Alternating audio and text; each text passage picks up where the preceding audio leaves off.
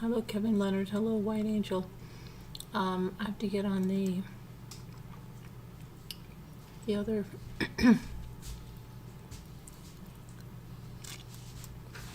on the YouTube. Let me see where we are. I'm live.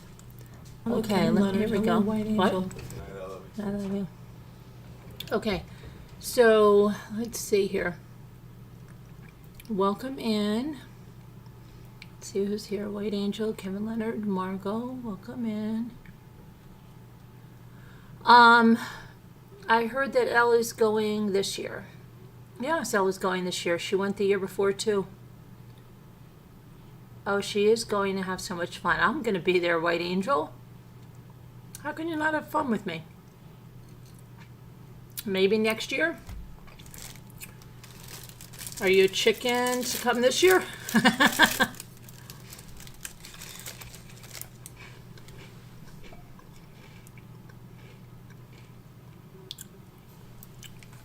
What did you say there, White Angel? That apparently you were alive at the party during the celebration. Who, Kevin is? Hi, it's just me. Okay. You know, I went into the comments section. I don't know what got me in there. And there was a profile called Harry Mudd. And he was telling Jana, well, he was making a lot of really nasty comments. First to Jimmy, how could Jimmy be a teacher? You know, he's so uneducated and he can't speak and da-da-da-da-da. Okay. And then he goes and says, oh, her blanket's so special. Why didn't anybody bid on it? They did bid on it. And then he says, why was Jana having me do the case? Because he told her I'm a scammer and a grifter and this and that. She gave it to him back. But I told her exactly. I said, don't pay any attention to these trolls. These trolls all originate from a pro-Chris Watts group. They all do. They all are offshoots of it. And they come here, and I said, you're listening, you know, these people believe in glorifying murderers and bashing victims. And so, Harry Mudd, block, see you later. Go take your hate somewhere else, because we don't have hate over here. We're not going to entertain your hate. And Jana knows way better, okay? She told you, go read what you wrote to your comment, Harry. That's no longer there. But her comment is. I'll be right there. I just have to get my coffee going because I have a lot to go through tonight. And I'm going to need something to drink. I'll be right there. I'm right here. I'm just getting my coffee.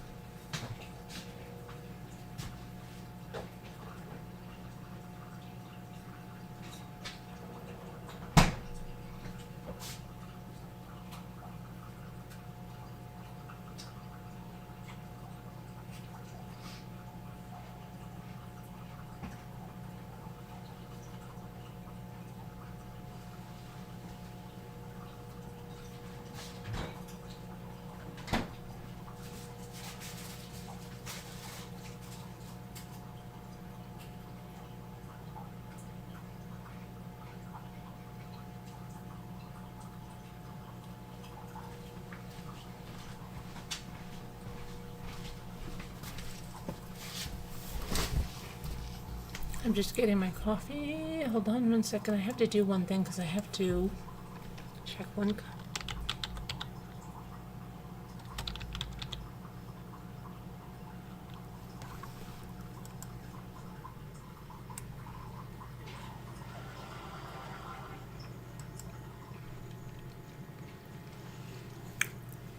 Okay,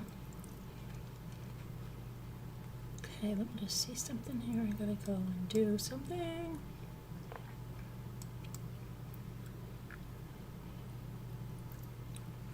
Okay, good. All right, let me just get my cream and my coffee and I'm coming over. We got a lot to talk about.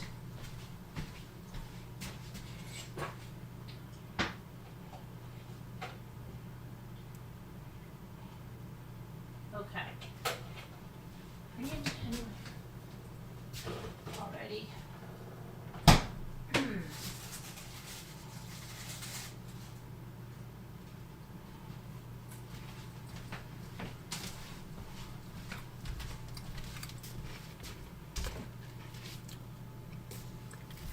I was lifting weights today. Jimmy says I always overdo it. He does too, so see how I am tomorrow. I probably won't be able to lift my arms. Okay. Let me go here. Hi, Astro from Space. How are you? You're not early. We're right on. You're right on time. You're right on time, man. Oh, man. Okay. You're just clocking in so you all know. Why are you pissed? What are you pissed about? What's going on?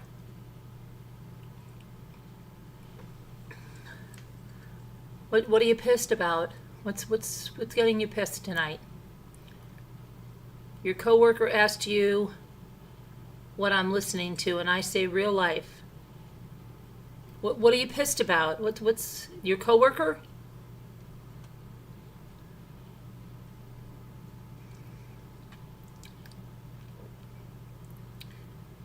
What rumor? You heard a rumor about Kevin?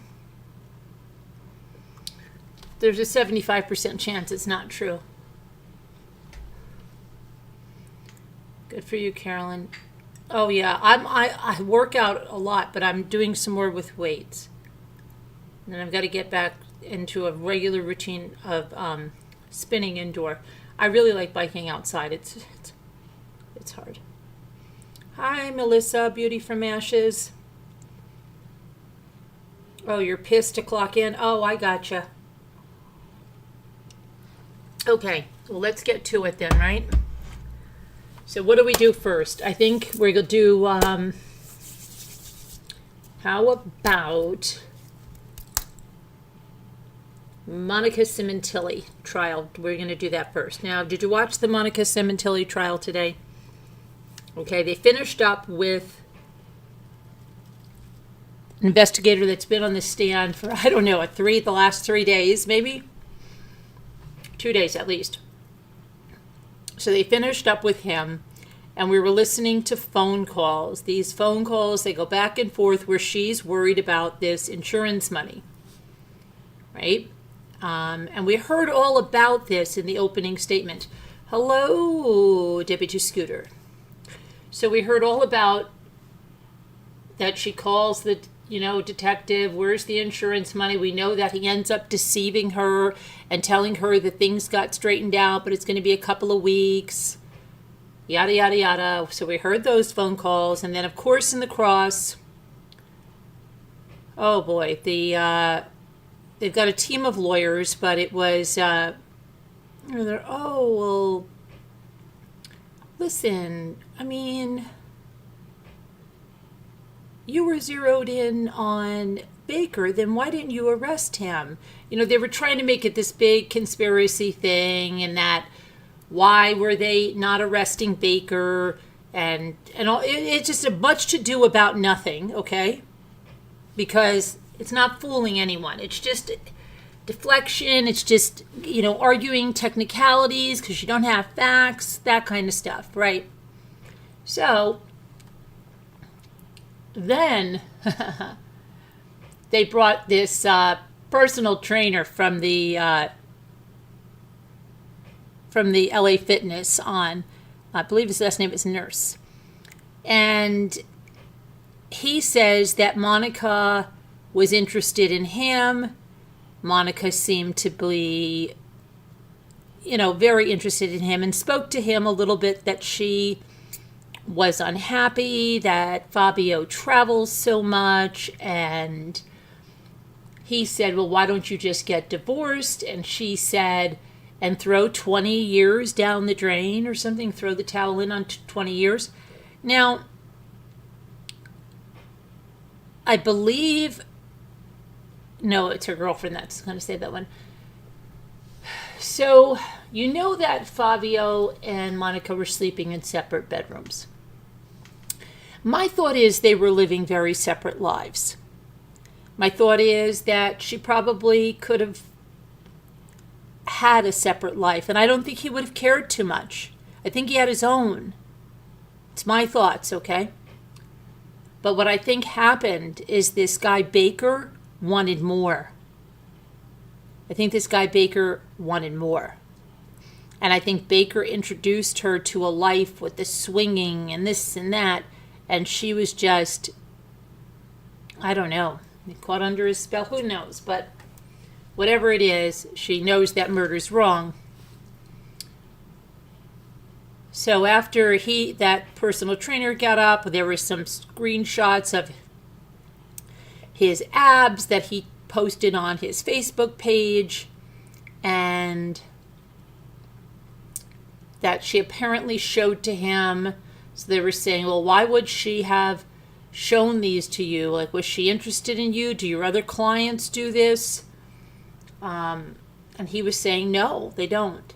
But what was interesting was when he was saying that he used to go to the house and train her. And he said that nothing ever happened between the two of them.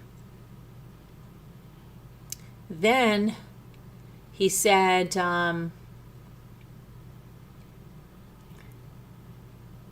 that they started to come in together when she met Baker. And Baker was the volleyball coach or team leader, whatever he was.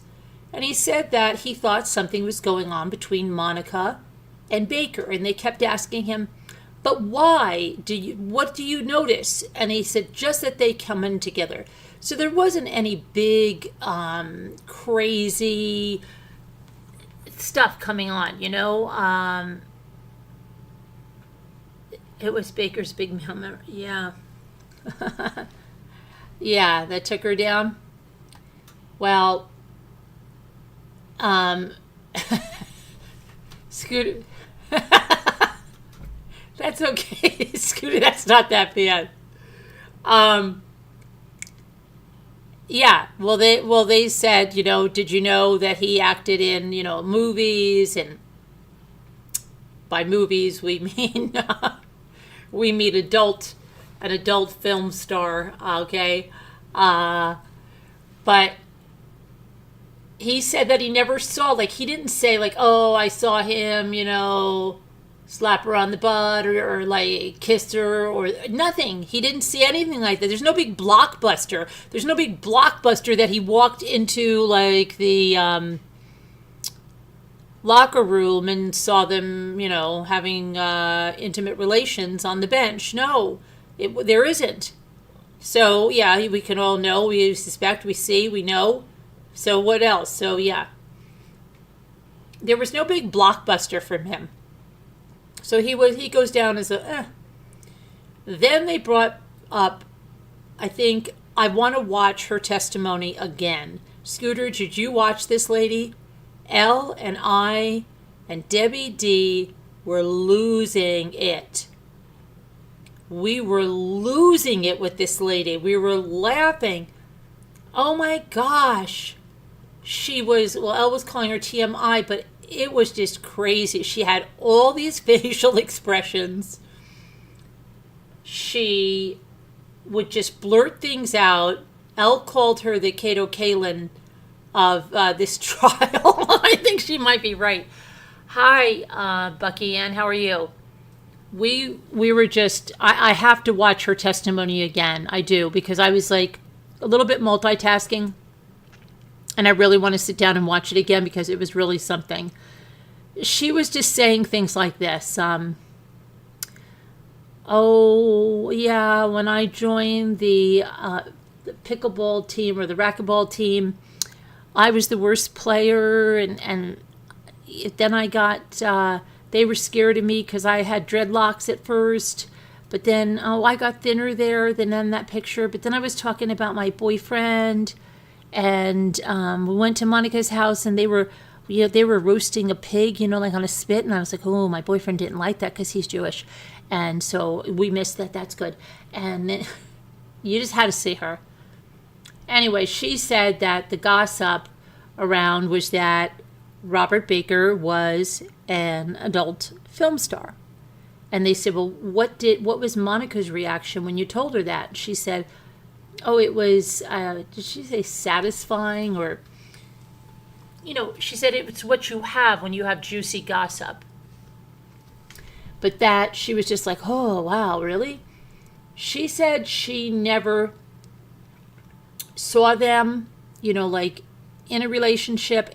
It's interesting when they said that Robert Baker was out of place at the memorial when that other trainer happened to be there too. Did you know that one? So, but they said that she just said that kind of Monica had a birthday party and she didn't invite me, and I had my feelings really hurt over that. But then she gave me a text on the day Fabio died. She didn't know at the time, and she said something like, I need you, Elise. Her name was Elise. Blavel. Yeah. And she said, when anybody says they need me, that means a lot to me. And I was supposed to be getting creamer at Ralph's for my boyfriend, and I just forgot the creamer. I never got the creamer. I never went back and got it either.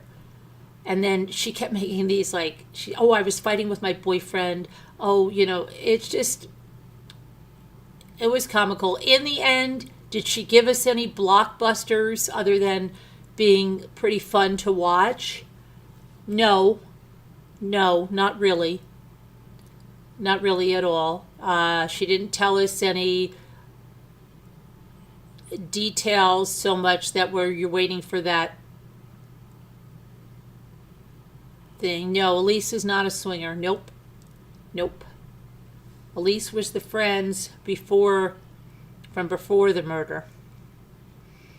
So she said that she did hear calls where she didn't want to listen. She didn't want to, be nosier, but she heard her talking to an investigator about the insurance, and she heard her calling around and saying, she needed money. She also saw where she bought the Mustang, and again, she was upset because she didn't get invited to the birthday party. And then she was cross-examined, and I think it was interesting. The woman said, can I call you Elise? And the judge said, I'd like to keep this formal. And then the judge said something, I don't know whether it was about the weather there or something. He goes, well, I'm looking out my window and I'm not seeing that. And he's like, my kid came home. My kid's a judge too. This guy is an older guy. Like, he's every bit of 70 years old, I think. And he's like, my kid's a judge too. And he said this and stuff. Like, they live by the upside down pineapple, yeah. So really, it was interesting, but she wasn't telling tales. Like, she said that she used to complain about her boyfriend, and Monica would complain that she had to go home and do dishes, and she did everything for all of her kids, and nobody ever did the stuff. And she said that the one thing that changed was after Sergio, I'm going to call him Sergio, after Fabio died, that the girls came in and they said, like, I'm hungry. And she said, like, normally Monica would be like jumping up and going to the kitchen and cooking, and she was like, well, guys, you're going to have to figure it out yourselves or something, okay? She said that Monica used to make pasta all the time after midnight. She threw the best parties. And then the defense kept saying, but you said she's so loving with Fabio. She's like, I've only seen Fabio 2 times. One time he came in and they were both doing something and busy. And she goes, and the only other time was like, I think it was New Year's. And everybody was sitting around a fire pit and she was sitting on his chair, like with him. That's as much affection as she saw.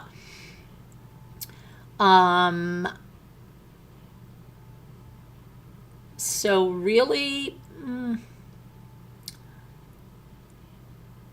I don't think she was that great for the prosecution, I mean, a little bit about some stuff, but I don't think that, we haven't had the blockbuster yet, okay? She said she's this big, consoling teddy bear type. She just wraps her arms around you, and she just sat on the curb with Monica when they got tossed out of the house, and, that's basically what it is. Now, next week, well, I know it's only Monday, but the judge is already saying that, I think, did he say that they're going to be the court's going to be dark on Thursday and Friday? I believe. And then Monday, he's saying, is a holiday, or is it next Monday and then Thursday and Friday? He was going through it today. I have to go back and listen, but this trial's going to take a while, because that's whichever way, it's 3 days, 3 court days are going to be off, which sucks.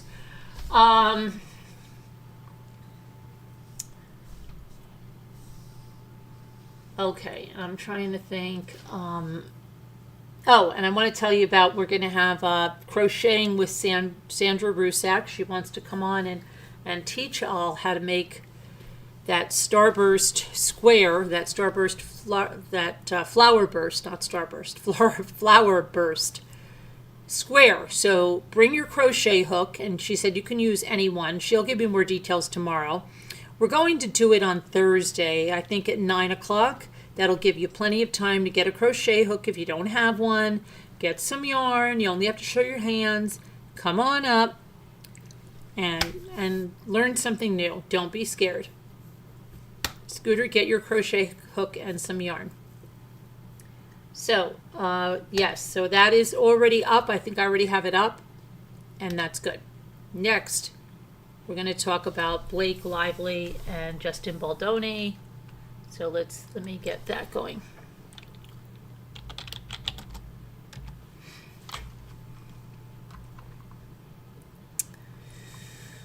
Whew. Let's see.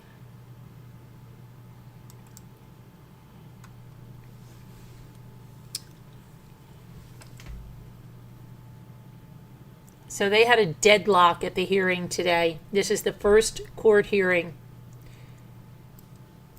in this, since she's had her initial sexual harassment complaint and his $400 million civil countersuit. Lively's attorneys wanted a gag order in place to keep Baldoni from speaking, right? And no. Both sides have now been ordered to follow New York's rules of professional conduct, which prevent lawyers from prejudicing their juries with comments. They're still allowed to talk to the press and to defend their clients from bad publicity. There's no gag order. And Baldoni's lawyer, Brian Friedman, said outside the New York courtroom today, "Our clients are devastated and want to move the case along as quickly as possible. We just couldn't be more pleased with how the case was handled today, how it was managed. We're going to move as quickly as we possibly can and prove our innocence in a world where sometimes people judge you before they give you a chance, and we're going to change that." Now, Blake Lively's lawyers, Michael Gottlieb and Ezra Hudson, said, and I quote, "We are pleased with the result of today's hearing and eager to move forward immediately with discovery in this case. The court granted our request that all attorneys in the matter actually follow the rule of law and not make any statements that could prejudice a jury. The case deals with serious allegations of sexual harassment and retaliation, and we will hold the defendants accountable, and we are confident that once all the evidence is submitted in this matter, Ms. Lively will prevail."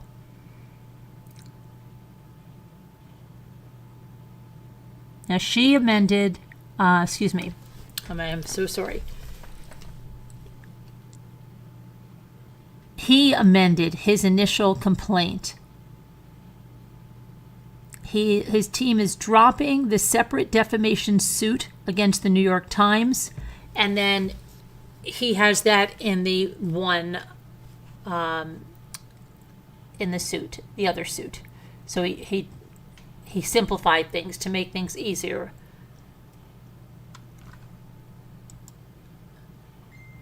So let me just go here. I'm trying to see if I can get.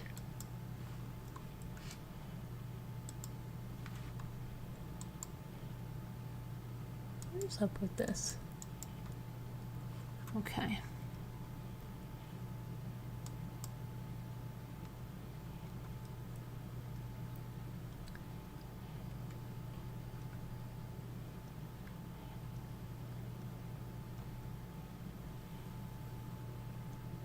See, we have to have something from the judge, I believe. The judge.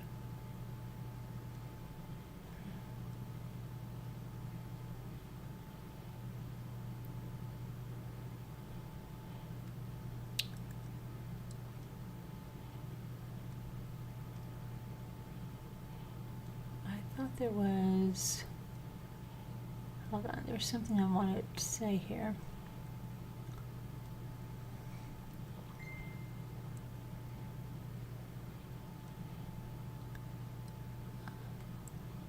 Gottlieb, that's Blake Lively's attorney, says he plans to file an amended complaint by February 14th that includes new claims and additional defendants.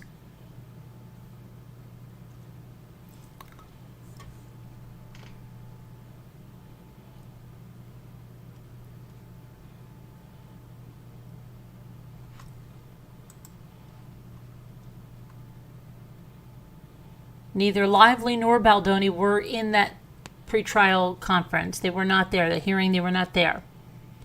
Where Judge Louis Lyman advised the attorneys to avoid making statements in public that could prejudice the proceedings. If the parties try to litigate this case in the press, he has the ability to move up the trial. Now, the trial is scheduled for March of 2026. It's another year and, 1 month.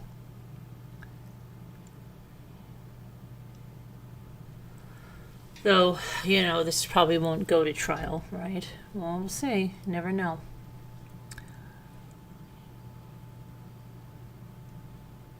So, yeah, that we'll see what happens. But that's their first conference hearing.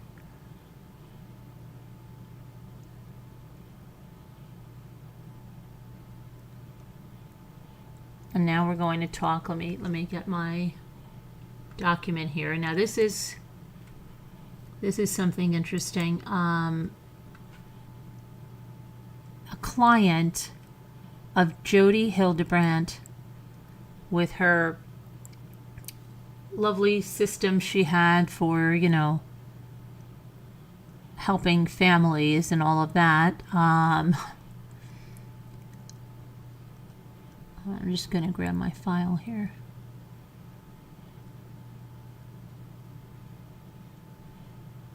Jodi Hildebrandt, here we go. Let me pull this over.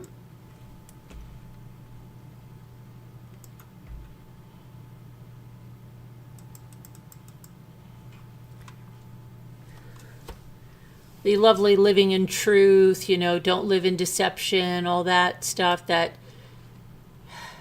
she spouted like a faucet. Meanwhile, those kids would have probably been dead, because I think they would have gone like all Lori Vallow type, and that's what I think. But this is Michael Robert Tillman, an individual, is the plaintiff, versus Jodi Hildebrandt, an individual, Ruby Franke, an individual, Connections, that was the company, Classroom LLC, a Utah limited liability company, McCall Washburn, an individual, and Does IX individuals.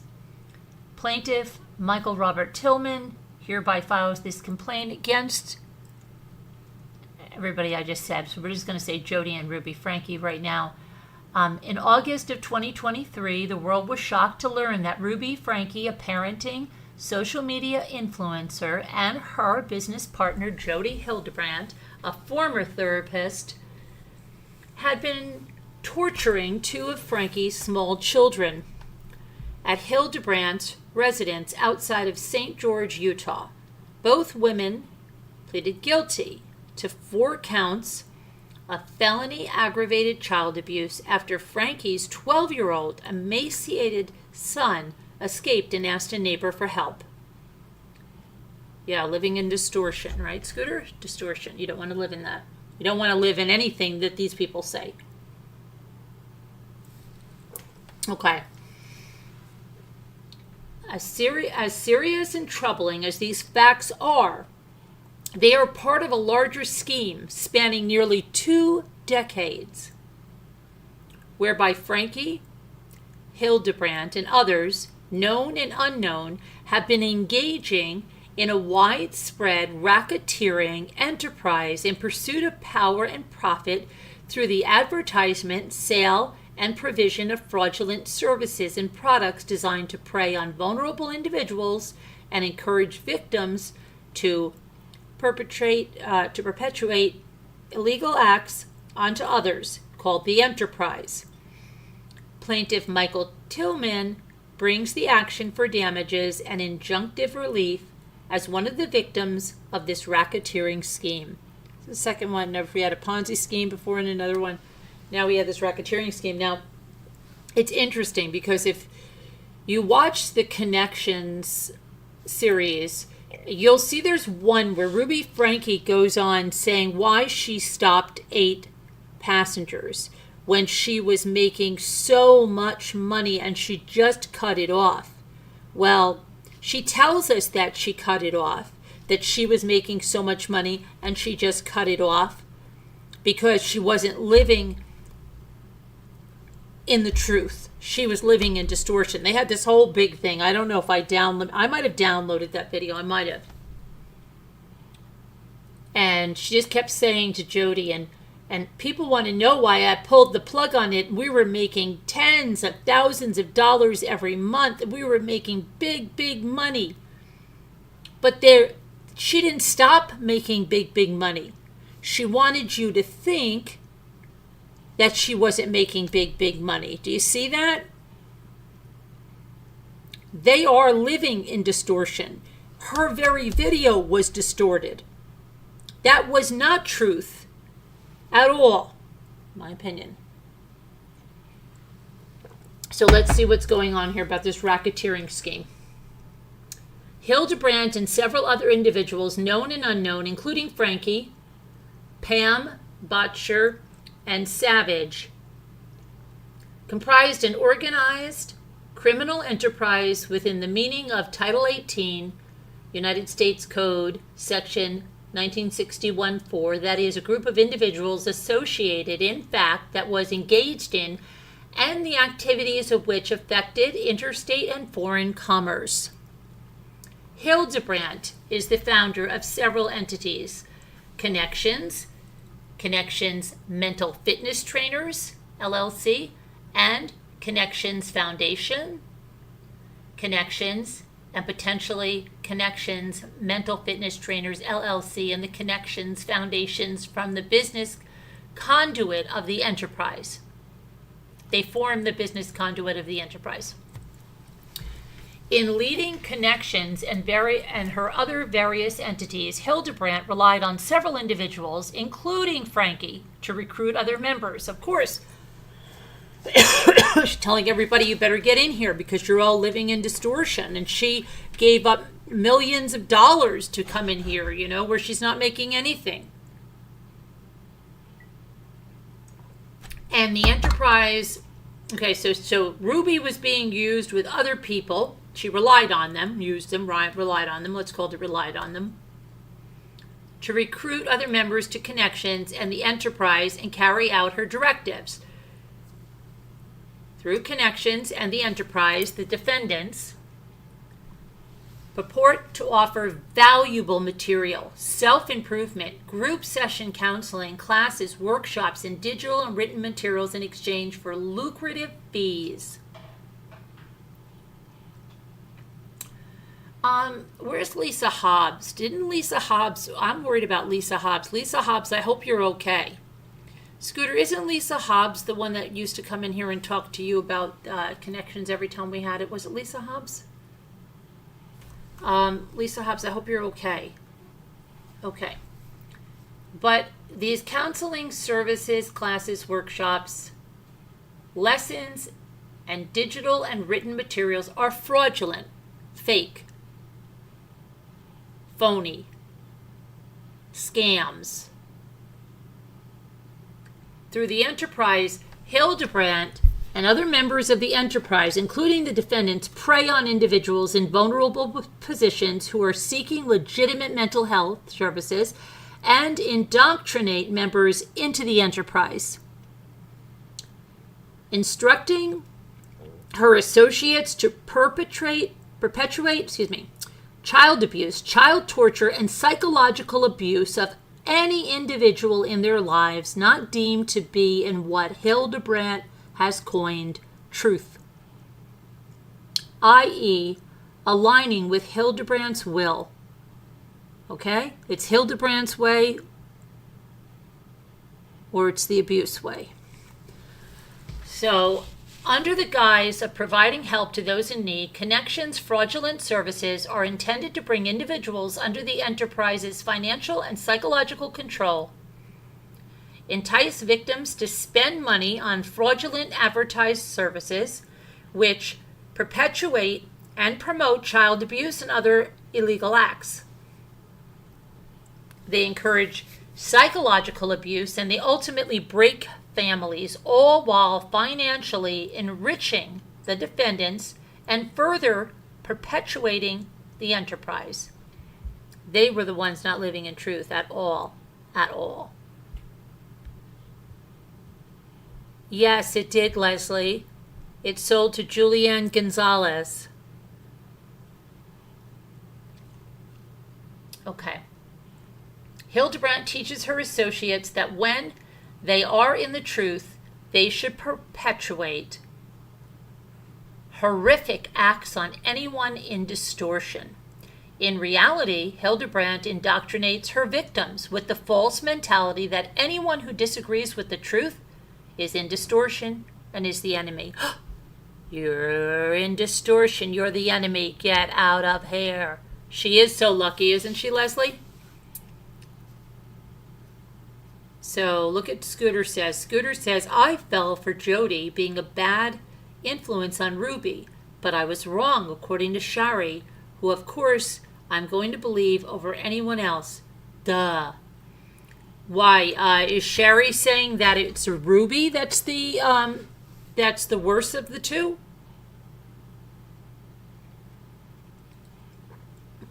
Afghan, yeah. You can call it an Afghan or a blanket, whatever you like. So let's see here. Hildebrandt teaches her associates and enterprise members to inflict pain, often taking the form of physical abuse and torture on individuals in distortion, to bring them into the truth. After representing the Connections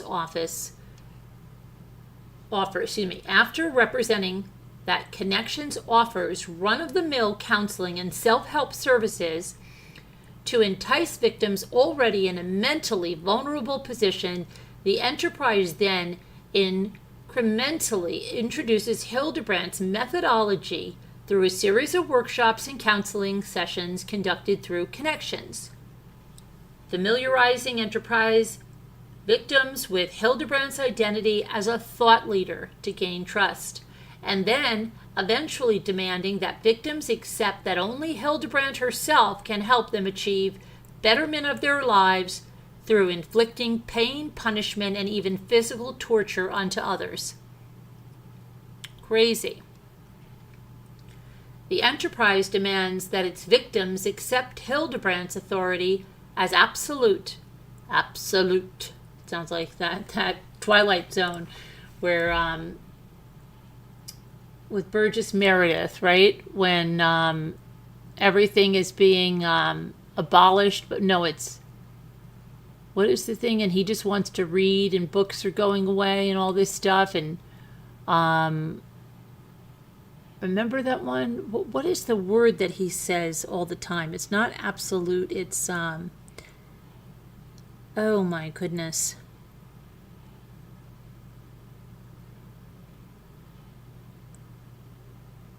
Does anybody know the Twilight Zone I'm talking about? There's a big table. And the other guy is really famous too. He played in the Holocaust movie miniseries. Obsolete. That's what it is. Obsolete. That was obsolete. Okay. Well, this is her power is absolute.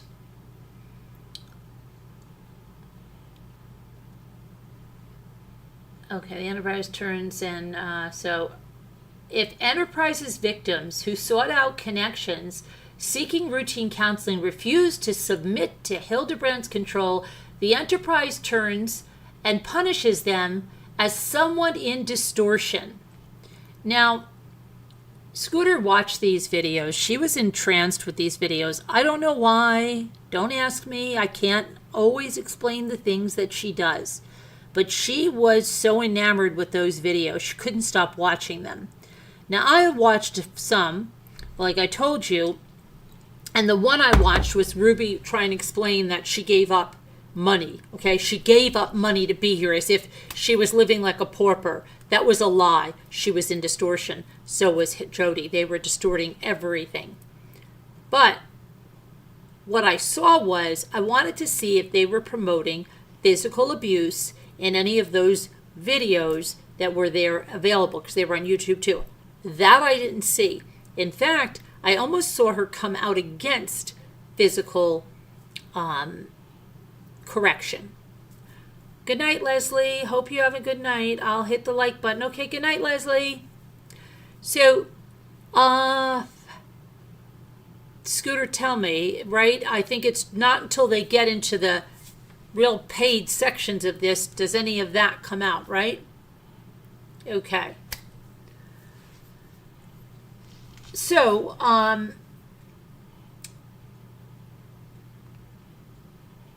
as evidenced by the despicable and widely publicized torture of Franke's children, Hildebrandt, Franke, and other members of the Enterprise are encouraged to punish those in distortion by any means necessary. See, I don't think she said that on the mainstream connections. Not that I heard.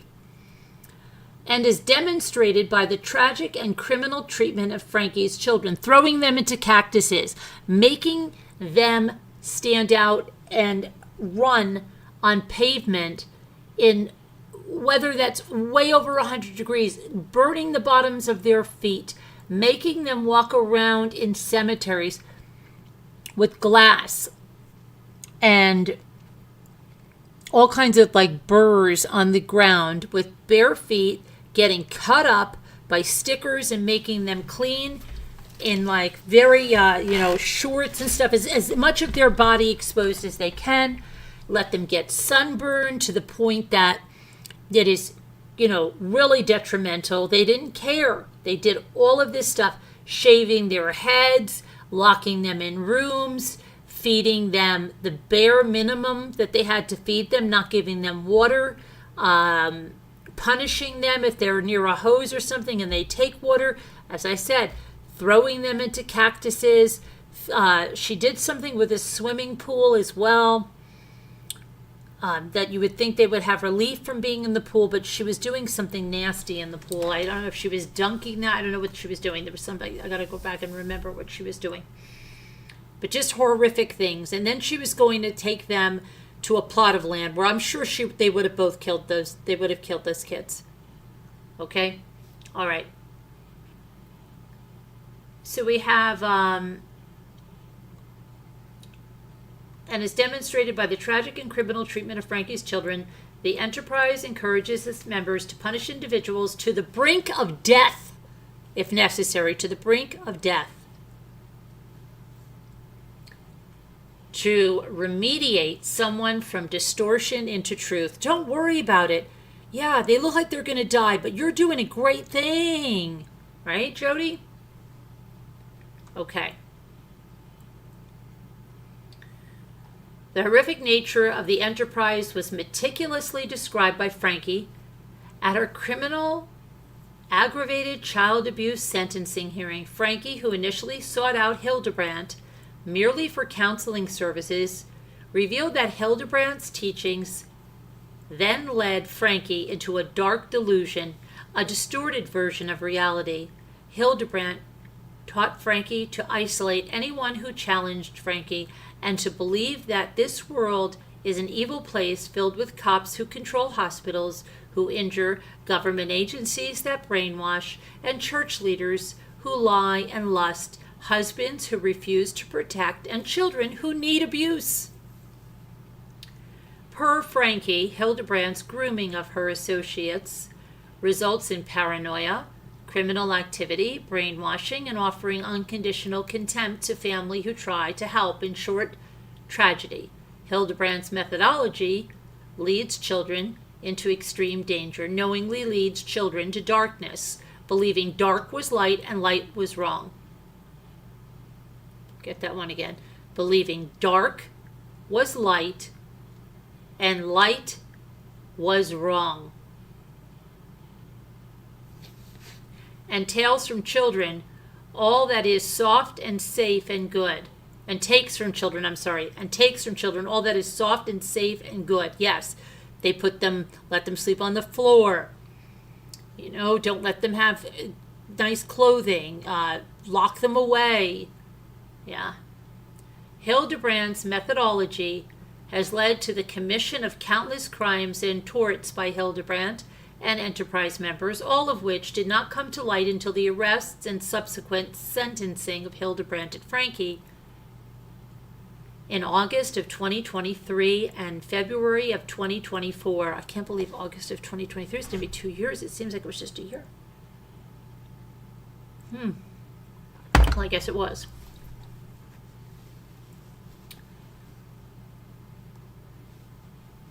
Respectively.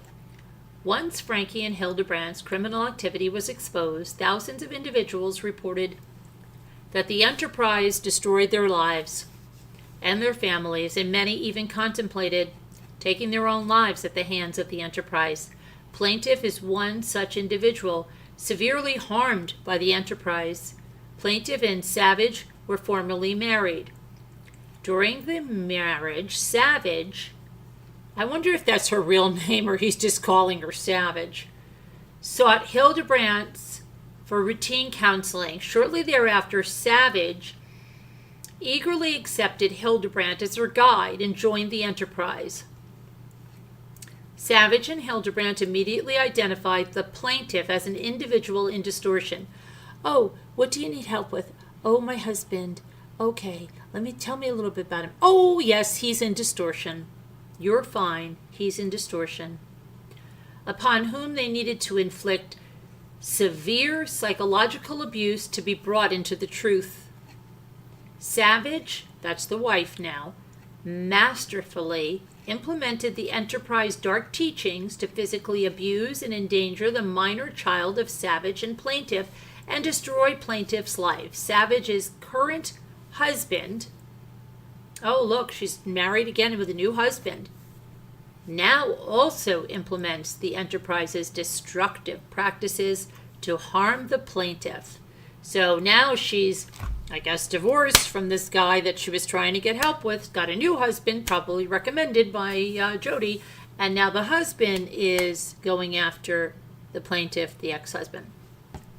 Even after Hildebrandt and Franke's arrests and convictions, Savage remains a devoted associate of Hildebrandt. How? And the enterprise. Savage has staunchly refused to stop implementing Hildebrandt's warped teachings to discipline and abuse Savage's and plaintiff's daughter.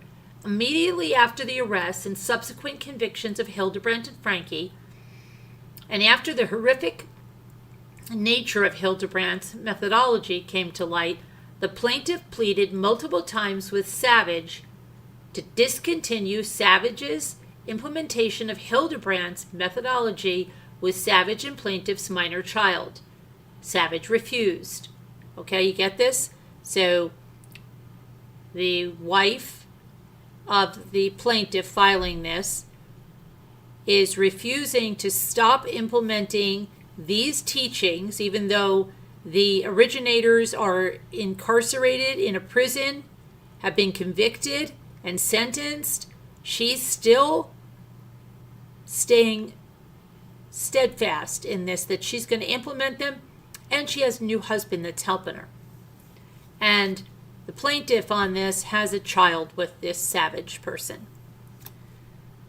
Savage continues to engage in criminal and torturous behavior against her minor daughter, and the plaintiff demonstrating through her words and actions that she willfully does so under the dark delusion, falsehoods, and dangerous and false methodologies promulgated by Hildebrandt. As part of Savage's implementation of the enterprise, she attempted to destroy plaintiff's life in domestic proceedings by disparaging him and advocating for positions she knew violated Utah law. Plaintiff prevailed on appeal, reversing the trial court's custody attorney fees and child support awards. So he won on appeal, and he reversed the trial court's custody attorney fees and child support awards. This suit addresses the racketeering and personal injuries that the plaintiff has suffered as a direct result of Savage, Hildebrandt, and other members of the enterprise violations of federal racketeering RICO and Utah law.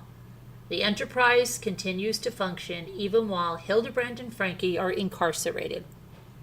Plaintiffs brings this suit for declaratory and injunctive relief to enjoin the enterprise from causing harm as well as from monetary damages caused by defendants through the enterprise.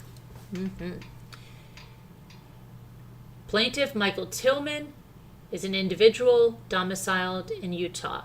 Upon information and belief, Hildebrandt is an individual domiciled in Utah and currently incarcerated in the Utah State Correctional Facility.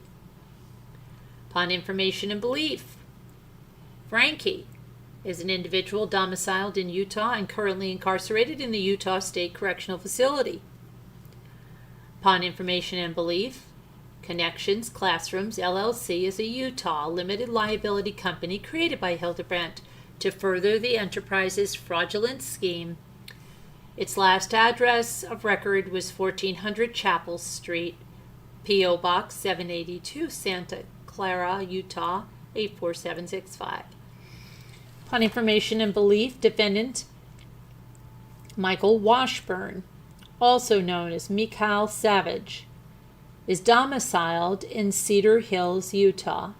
Upon information and belief, does I through X or other individuals that have committed acts or omissions that are the subject of this complaint, including other members of the enterprise. Plaintiff may seek to amend this complaint to identify does I through X as soon as their identities are known.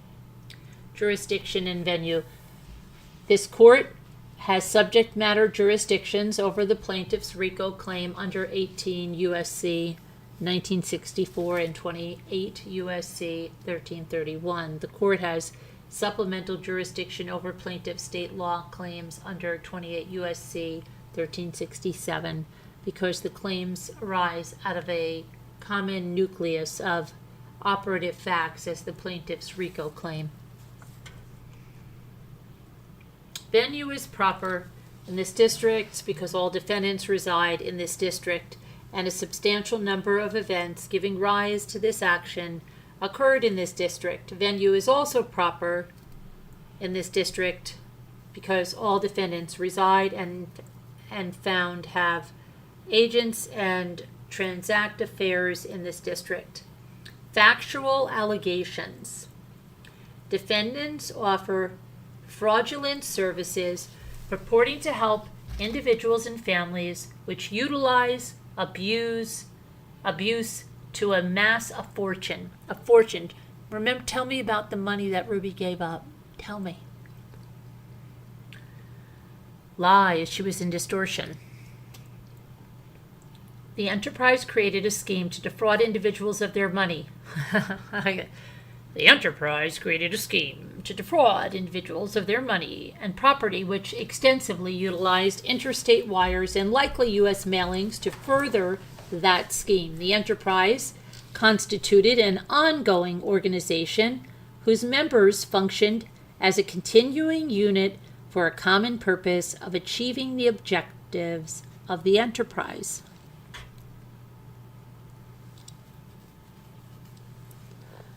The principal purpose of the enterprise was to obtain financial gain and promulgate Hildebrandt's psychological thought paradigm by promoting Hildebrandt and by recruiting new members into connections for the financial benefit of the enterprise.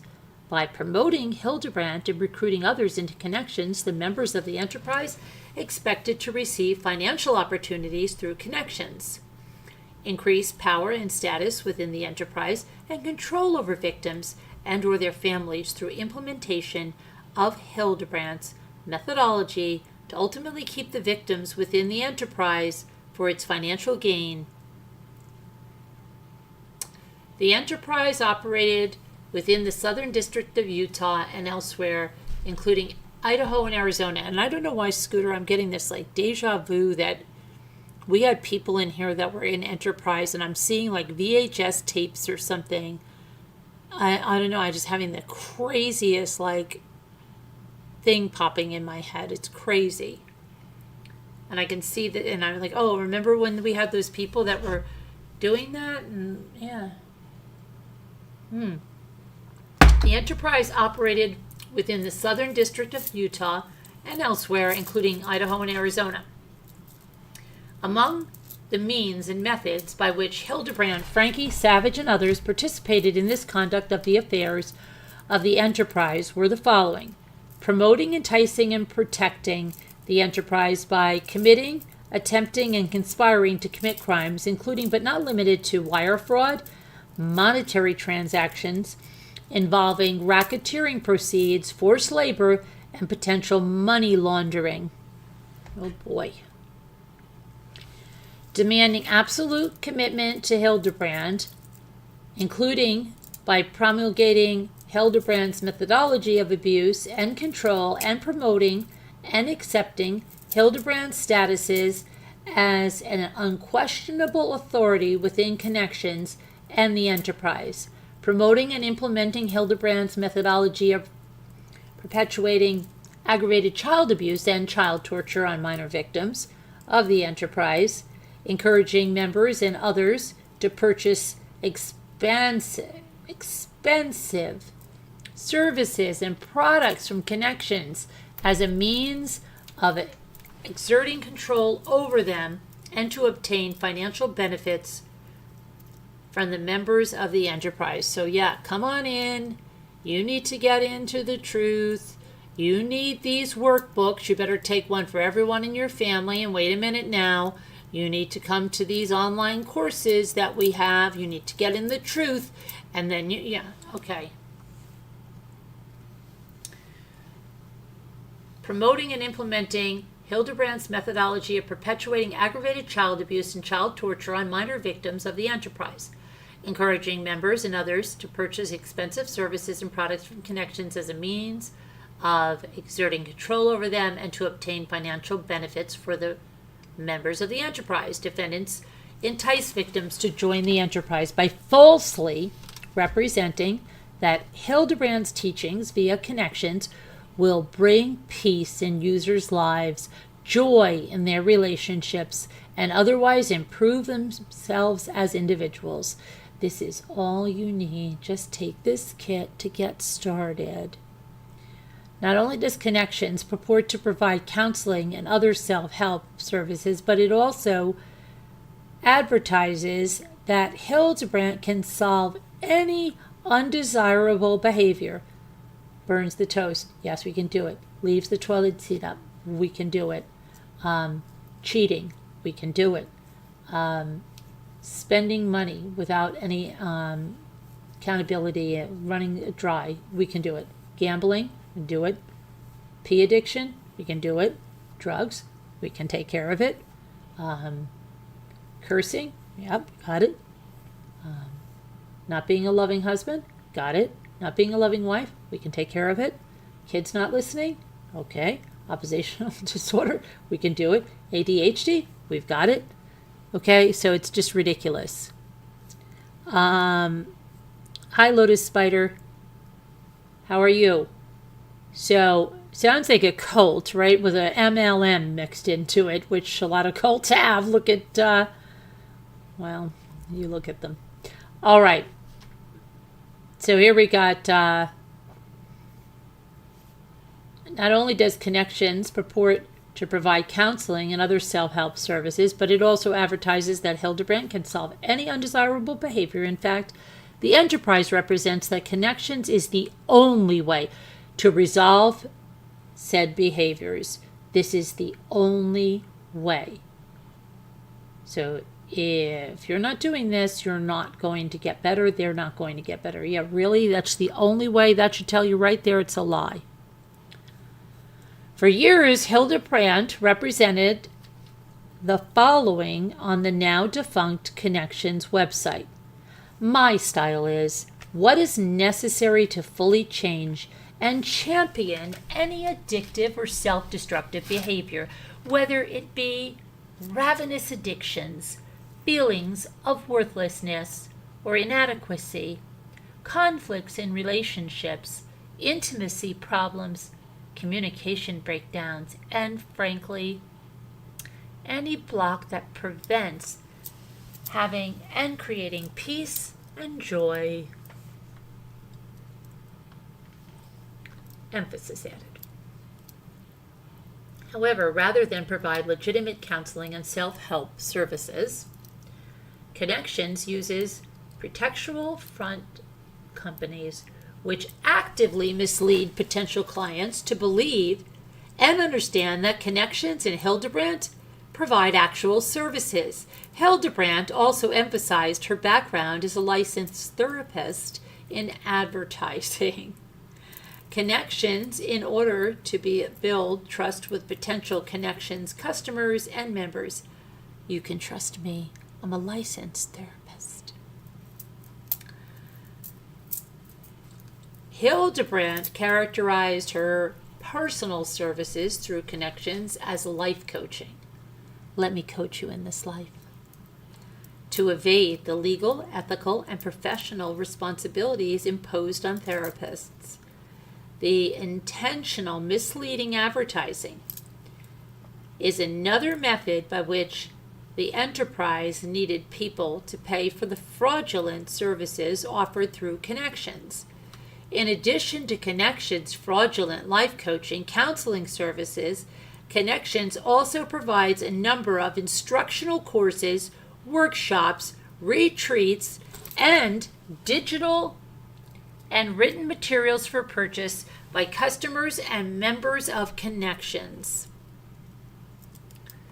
The enterprise's fraudulent scheme also involved a ranking and advancement system with a multi-level marketing structure, there you go, whereby individuals work through the sales structure of the enterprise to achieve the rank of mental fitness trainer. Hey, Bob, did you hear?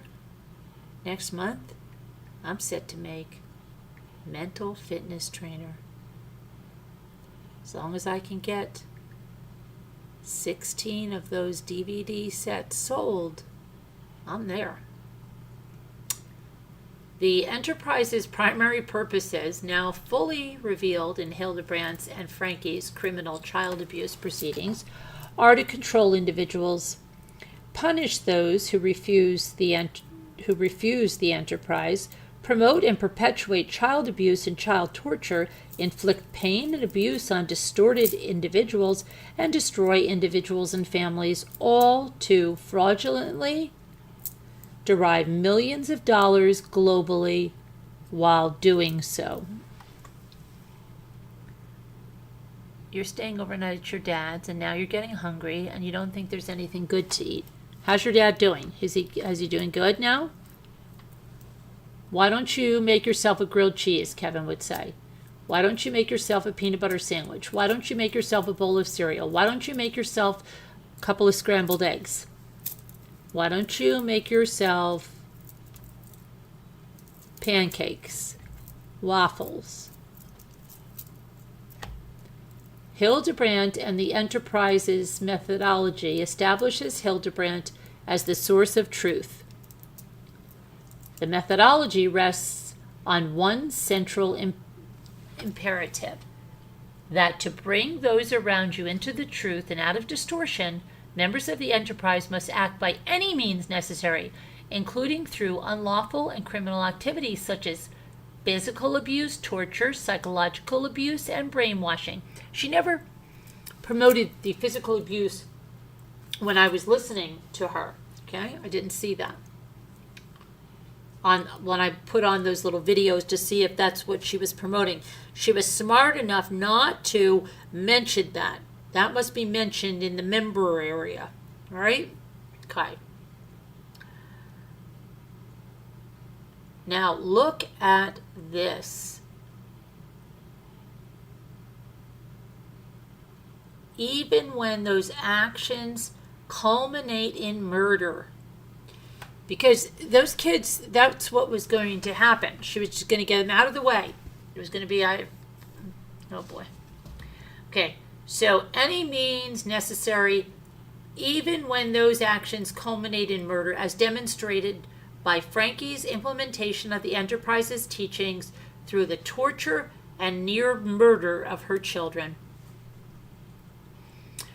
While these tactics were uncovered to the public in August of 2023 in the Hildebrandt and Franke aggravated child abuse proceedings, the Enterprise has aggressively sought implementation of Hildebrandt's methodology through the tactics for nearly 2 decades, 20 years.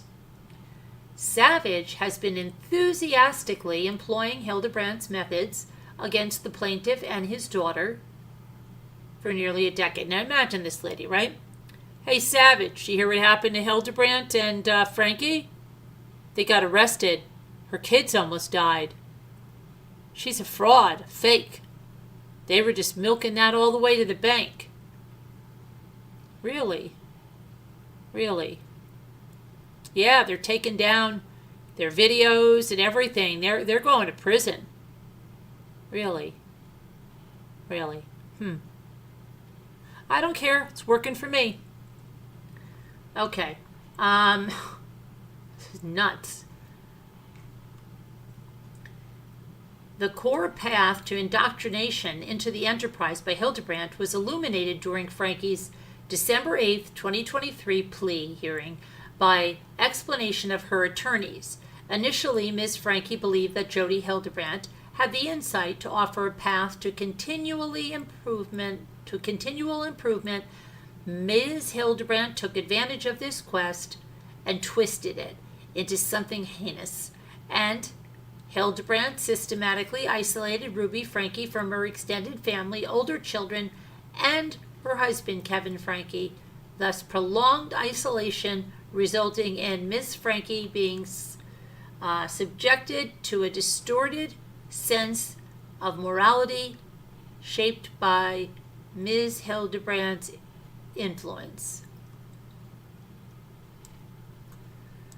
Hildebrandt and the Enterprise perpetuated this same indoctrination with Savage. Savage finally sought Hildebrandt for counseling, only to then decide to join the Enterprise and implement its teachings, including through physical abuse of her and the plaintiff's daughter, in her attempts to isolate the plaintiff from his daughter, perhaps parents and siblings, to coerce him to reject distortion and embrace truth and submit to Hildebrandt's absolute authority.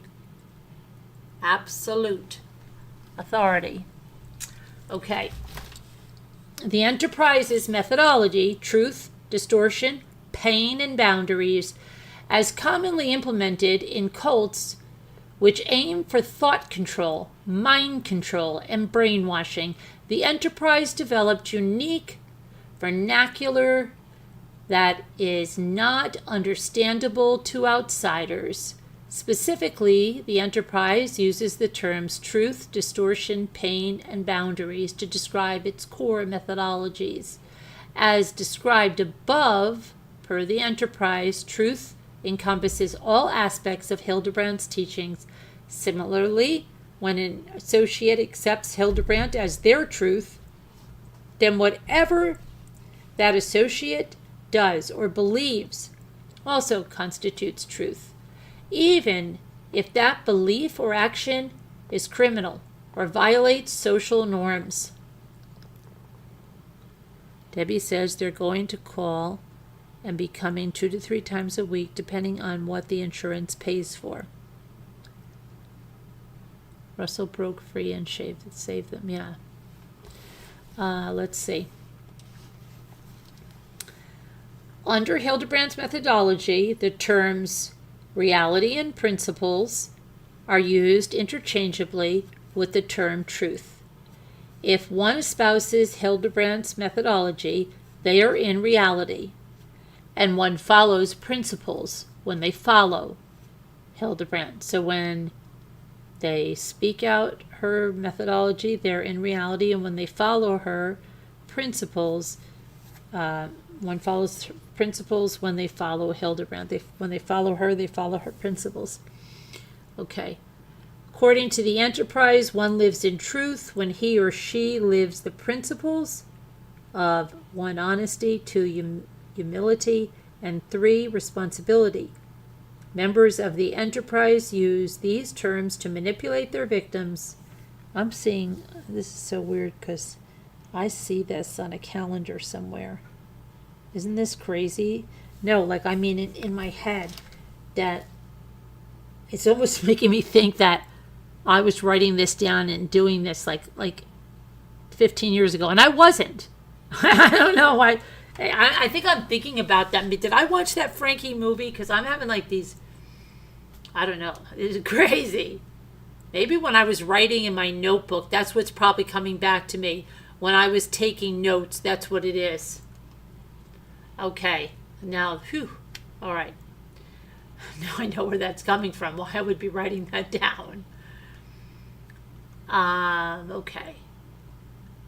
According to the enterprise, one lives in truth when he or she lives the principles of 1, honesty, humility, and responsibility. Members of the enterprise use those terms to manipulate the victims, i.e., a victim is not honest, not accepting responsibility if they disagree with a false accusation by a member of the enterprise.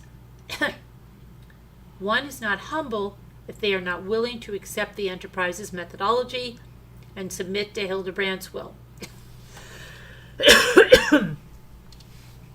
Similarly, and as described further below, rather than exhibiting honesty, humility, and responsibility in the traditional sense of the words, members of the enterprise engage in criminally dishonest behavior, including perjury and obstruction of justice, and do not take responsibility for the criminal and torturous behavior in which they engage.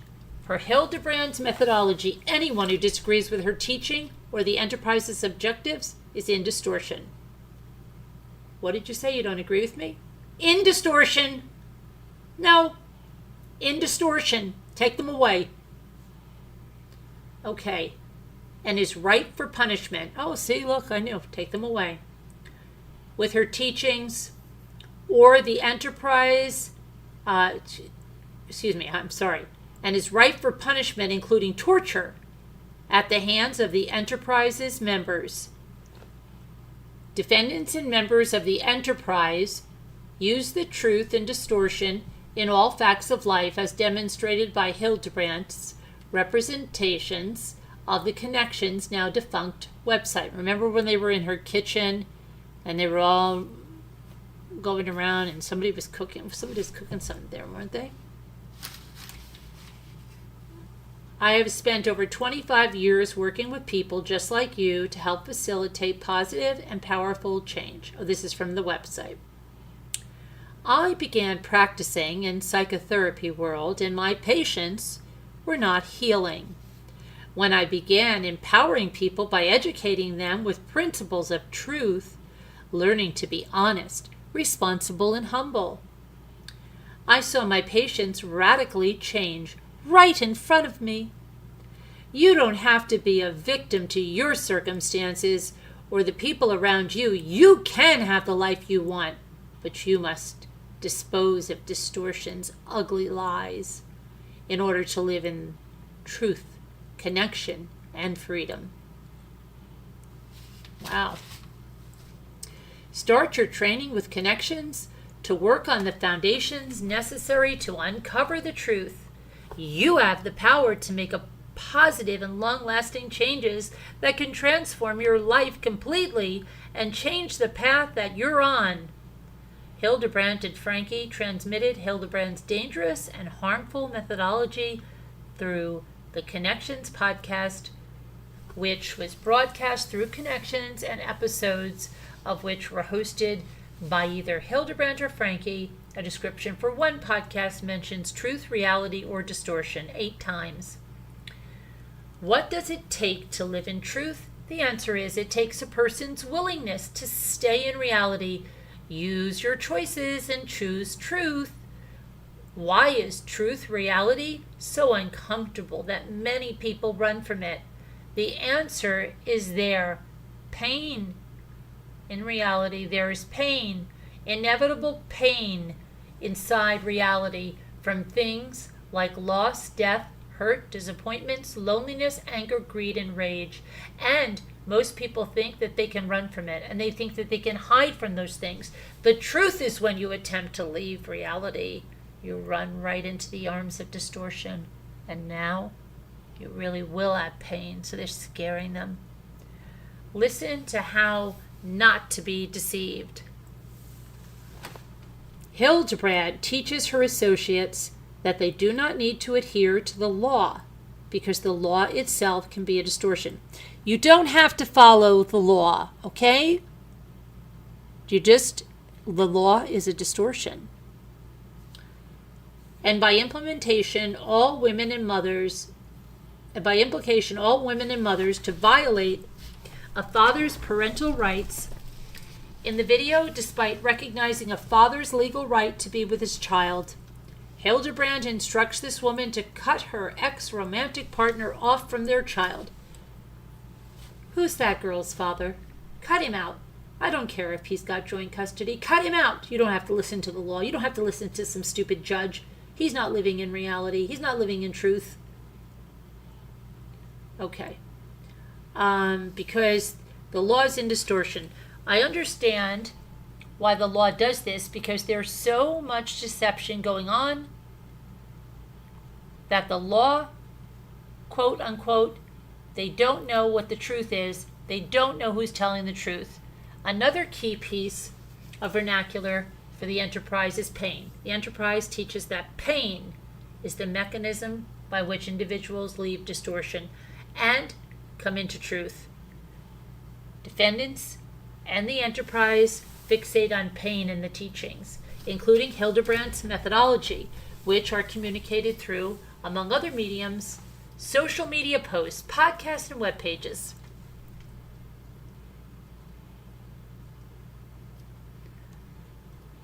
Defendants and the enterprise use Hildebrandt's methodology to justify engaging in criminal and torturous behavior against their victims because, as the enterprise teaches, these actions cause the pain necessary for victims to leave distortion and come into the truth. Kind of like the way Lori Vallow and Chad Vallow and Alex were not killing people.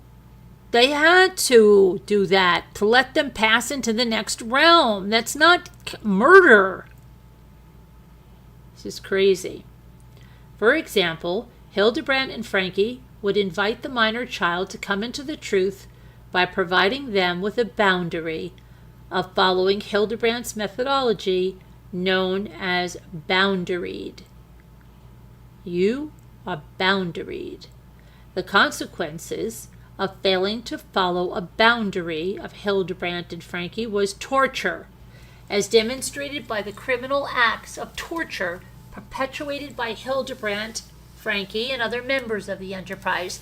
This destructive scheme is designed to brainwash individuals, to recruit them into the enterprise, and to fraudulently make significant amounts of money by coercing victims to pay for services and products through connections that both cause significant and ongoing pain and manipulate victims into believing that they need additional services and products sold by connections to rehabilitate themselves, thereby increasing the financial gain of the enterprise. Okay, you're doing well now, but you know what? You would benefit by this connections tracksuit so that everybody can notice that you're walking in the truth. And you better get a few of them because you want to keep them clean. You can get these tote bags and these laundry bags. And over here I have some more workshops and some more journals. Go get a connections journal. You should be journaling every day. Okay, my gosh. This is crazy. So now, hello, Chris Ree.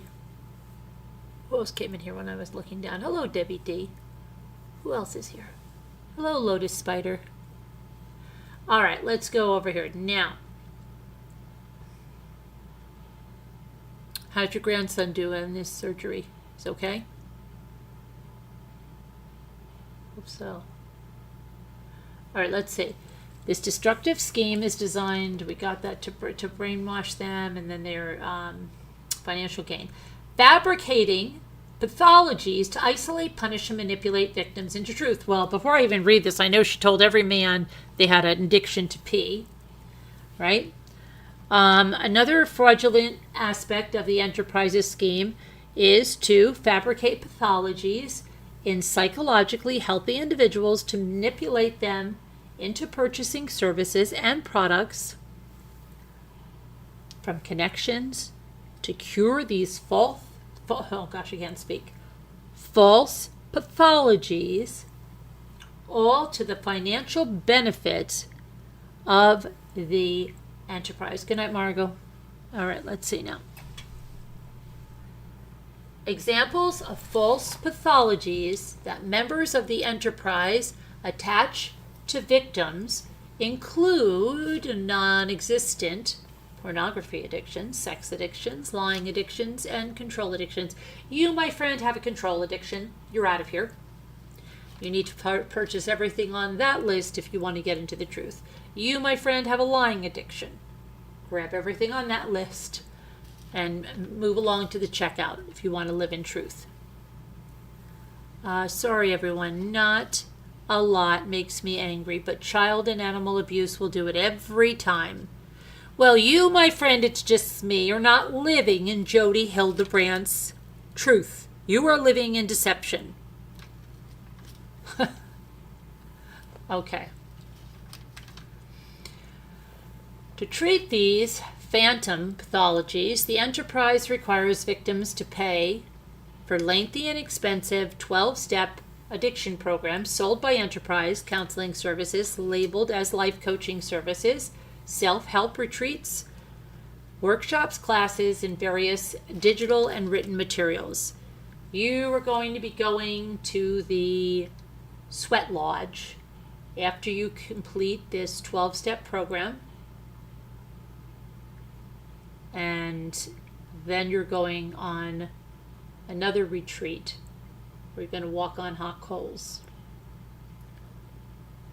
Similarly, the enterprise uses false pathologies to rationalize, to separate individuals from their spouses. No, no, no, you cannot be with that narcissistic pig. He has so many addictions. He has a P addiction. He has an S addiction. He has a lying addiction. And, I'm sorry, my friend, he has a control addiction. You have to get you and your kids away from him. He is harmful, living completely in distortion. Okay. So they separate them from their spouses, families, or other individuals who could otherwise help victims from being lured in and manipulated by the enterprise. The enterprise teaches that any outside individuals who are not members of the enterprise are in distortion and will impede the victim's journey into truth. I cannot do anything with anyone. We can't go anywhere for Christmas. We're not going anywhere because those people are all living in distortion. Okay. Let's see. Through an interview with NBC News, former patients indicated that a primary focus of the enterprise, specifically for men under Hildebrandt's control, was programming designed to target pornography and sex addictions. Every man has those. Every single man, according to Jodi Hildebrandt. To manipulate victims into purchasing services and products from connections, Hildebrandt diagnosed victims with P and S addictions when the victims did not exhibit signs or symptoms of either. I've never even seen that smut. Oh, you liar. There you are. Now you've got a lying addiction, Stan. Okay. Upon information and belief, Hildebrandt also instructed so-called mental fitness trainers affiliated with or employed by connections to include victims into purchasing services and products from connections by falsely diagnosing victims with non-existent mental health disorders. 5 former patients disclosed to NBC News that Hildebrandt diagnosed them with pornography and sex addictions, even though none of them exhibited abnormal issues with either. The 5 men said that Hildebrandt assigned them into a men's counseling group that focused on P, S, and lust. And I think we talked about this one other time. This was known. People talked about this in message boards. The victims later described how they were kicked out of their houses. Pack your bags and get out of here if you don't want to accept this diagnosis from Jodi Hildebrandt. You're gone. Okay. Separated from their families and prevented from having an intimate relationship with their spouse for months or years due to Hildebrandt's false diagnoses. Now, here's where I have a problem. Okay? Let's just say that I was to fall under Jodi Hildebrandt's craziness, her cult, her brainwashing. You come home and you tell your spouse, that's it, Jodi's diagnosed you with this, that, and the other thing. You got 2 choices. You're going into her men's group, or you're out of the house. What? I don't understand if there's a target that she picks men that have 0 backbone and are just going to say, like, what? I don't have that. Okay, then go pack your bags and get on out of here. Not one of them says, wow, you need mental help. I'm not leaving the house. I'm not leaving my kids. Who the hell is this Jodi Hildebrandt? She's brainwashing the crap out of you, and you're the one that's got to go into the loony bin. What men just go like that? Okay, did you put my suitcase and everything out of there? Because I'm out of here. That's like what she did to Ruby's husband, or allegedly did, or did to others. Do you just get up and leave? Like, does she pick on men that, like, is there a certain type she goes to that these men have no backbone? They don't know what their rights are? Come on.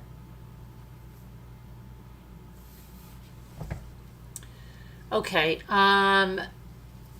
the victims later described how they were kicked out of their homes, separated from their families, and prevented from having intimate relationships with their spouse for months or even years due to Hildebrandt's false diagnoses. Stephanie Jones, a former patient of Hildebrandt, described a similar tactic in an interview with ABC News, revealing that most women in Hildebrandt's women's group were separated from their husbands or at least sleeping in separate rooms.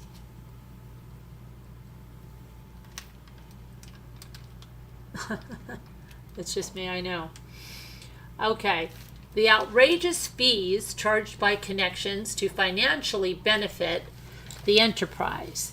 The enterprise has become a multi-million-dollar operation by fraudulently luring individuals to the enterprise through connections and then charging them exorbitant amounts of money under the threat of pain, abuse, and destruction of one's family if the individuals do not fully invest in connection services and products and the enterprise itself. You know what's interesting here? This goes against everything that Ruby said, right? Ruby said she stopped doing YouTube because they were making so much money, and she gave it up because her kids were becoming entitled brats and this and that. But look what's happening. She didn't give up the money. She said she gave it up, but she lied. She's in distortion. They got more money, and she didn't have to do as much with corralling all those kids to act in her videos. So she went over there, and the very system they say is to save the families breaks them up. And how could they not see this? This is not uniting families, it's breaking them up for financial gain. They can have control when they break away the rest of the people, right? Yeah. The individual leadership training, that'll be $7.95, or you'd be putting that on your debit card, or do you like to put on the credit card, or we can take cash, Venmo, Cash App. What would you like to do today, Scooter, with that $7.95? Which includes 6 individual sessions with a trainer. You're going to get 6 personalized sessions with a trainer, one of our trainers. That might be Leslie or Sarah, or we have a new one, Ruth. A workbook. You're going to get a workbook, and this is not just any workbook, okay? You're going to be able to keep this workbook and look back on your progress when you get the other workbooks. You're going to get podcasts and online training, and you're even going to have some phone support. The team leadership training program. Now see, this is where you guys, you could do it at the $7.95 level, but I'm telling you, do you want to change your life? What is your life worth? Okay? Really? Are you happy where you are? No, you're miserable. So this is what you need. You need the team leadership training program. $4,995. And I know you're going to say, whoa, that's a little pricey. But come on, can you put a price on this? Can you put a price on a whole new life? A whole new plane of living in the truth? No, of course you can't. And you know what this is going to include? 6 team sessions. Team sessions. It's going to include group trainings, podcasts, online trainers, phone call support, and pre- and post-assessment surveys. But I'd be lying to you. If you really, really want to change your life, you have to go to the company leadership training level. This is the level that separates the men from the boys, women from the girls, the leaders from the followers. Come on now, you've got to go to this level. And I know, just relax, because there's ways we can help you apply for some credit. Okay, there's some credit cards. You might think you don't have good credit. We'll see. We have Cindy over there. She'll work with you in financing. This is $14,985. And if you really, how old are you? 35? You could live to 100.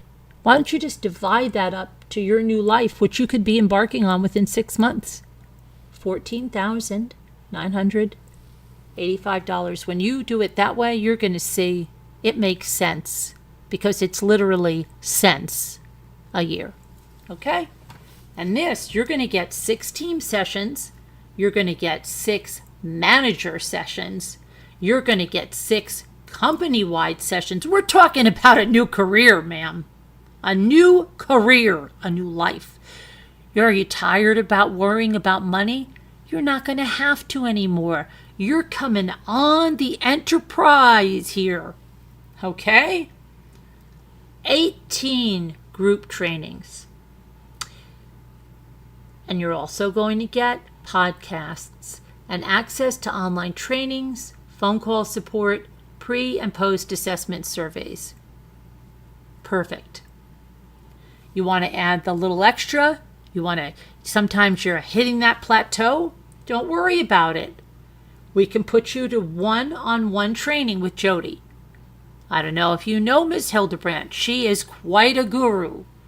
She will whip you right into shape. And listen, you hit that plateau, it's only $181 for a 50-minute session with Jodi. And you basically can do as many of them as you want, okay? As long as she has room in her schedule, 50 minutes, it's only $181. This is a one-on-one with Ms. Hildebrandt, okay? Men and women's teams, $300 per month. You're on a team with a minimum 3-month commitment. So we can wrap that up for you today. Should we put that $900 right on your card? That's going to include meeting with a group of men or women for 90 minutes every week. And you know what? Did I tell you? Jodi Hildebrandt's going to be at that meeting. She's going to devote 90 minutes to you in that group. And every one of you is paying her $300 for those 90 minutes per month.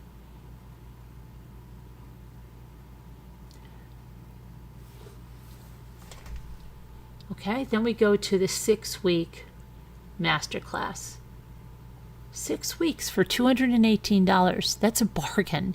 6 freaking weeks, guys. It includes digital videos, and you actually get a workbook. Something you can hold in your hands. Okay. Then, membership, the Empowering Joy community. It's only $84 a month. That includes a weekly Zoom meeting. It's not like Mommy Ramblings where there's Zoom meetings running every day.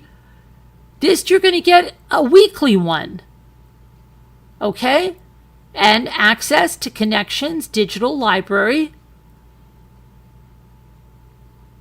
All right? Who's better than you? You don't need to be in Zoom every day. A weekly Zoom meeting. Membership in the Connections Insiders. Oh boy, who doesn't want to be an insider? Who is scared of missing out here?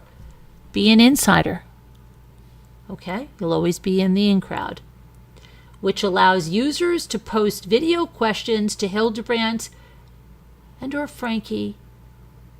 You can post a question for them for the mere price of $84 a month or $21 for 20 minutes of direct video messaging. Start your camera, leave a video message, $21 for 20 minutes.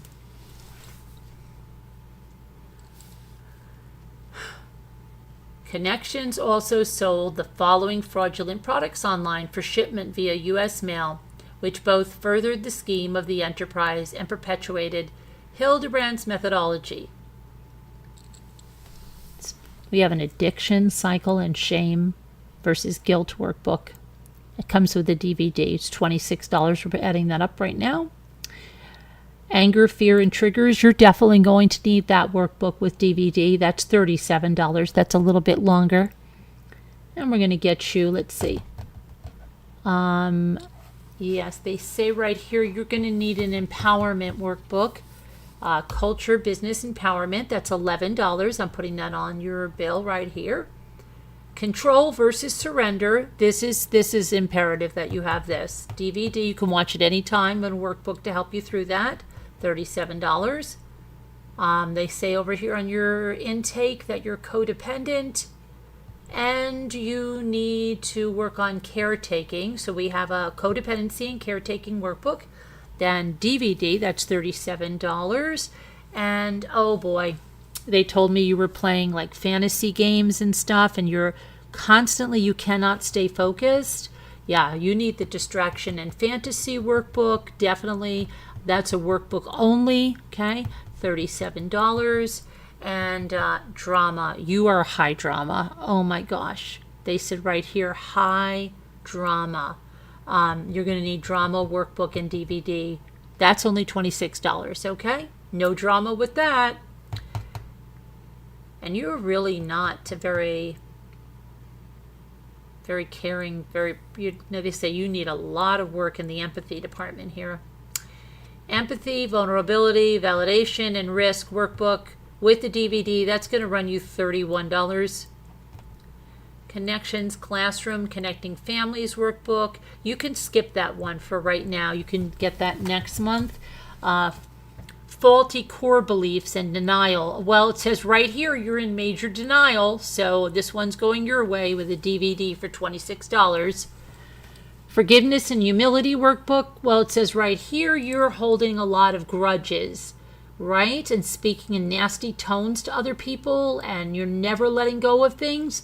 You definitely need this. And you know, most people do need this one, so that's why it's $42 with the DVD. Forgiveness and humility workbook and DVD, you need it. Healthy sexuality and connection workbook. Well, we know what you're watching online, so that's going your way for $37 with the DVD. And we know what you're thinking about too, so you're getting the love versus lust workbook and a DVD for $42. Okay. Now let's see. You're letting those kids walk all over you, so you need the parenting, empowering children to become responsible. We don't really care that much about kids, so it's only $11. It's more of a pamphlet than a workbook, really, but we're going to get $11 for it. Perceptions, motives, and agendas. Yeah, that's going down for everybody, $26. And safety and recovery workbook with the DVD, $37. And of course, you've got to have your self-love, because if you don't love yourself, nobody else will. So self-love and self-care, that's $37. And I know it sounds like a lot of money, but remember, you're investing in a whole new life. And what is a whole new life worth? Then we have Arming the Next Generation with Weapons of Truth workbook. I told you, we're really not that big into kids, so that's only $13.54, and that's more of a pamphlet, but we're going to put it down because we have to make it look like we care about kids. Connections 202, Parenting, the Long Lost Guide to RAISEing Children. You'll find out what those initials stand for. Yeah, it's not raise. That's $42. Connections Masterclass workbook. Well, since you're taking the Masterclass, you must have the workbook here, so it's $42. And the Connections Classroom Glossary, you're going to need that. It's like a dictionary for all of our terms. You're going to need that. That's only $11, more of a pamphlet anyway. You Are Not Enough book. This invites people to engage the principles of connection, what distortion is, and how to choose the foundational principles of honest, responsible, and humble in order to battle the lie of distortion. This is going to be kind of your Bible.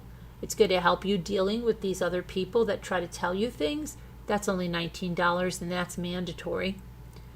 The expansive breadth of enterprise and its significant effect on interstate commerce. Defendants primarily executed the enterprise via the internet, social media, video conferencing, U.S. mail, and other interstate wires.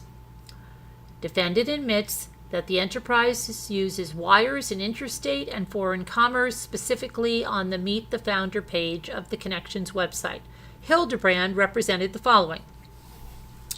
Over 100 free podcasts have been produced in 2 years. Those are the ones that you saw, Scooter, and those are the ones that I saw that didn't have any of this crap. I didn't watch them. I just went to look at a couple of things. You watched every one of them in depth. In 2 years, and there have been over 1 billion plus downloads in 23 different countries, simply by word of mouth. It's so good. People can't stop talking. With the creation of connectionsclassroom.com, the facilitation of knowledge has never been easier for people to self-educate about these core truths. As further evidence to fit its impact on interstate and foreign commerce, as of January 19, 2023, the following hashtags have millions and some billions of views on TikTok alone.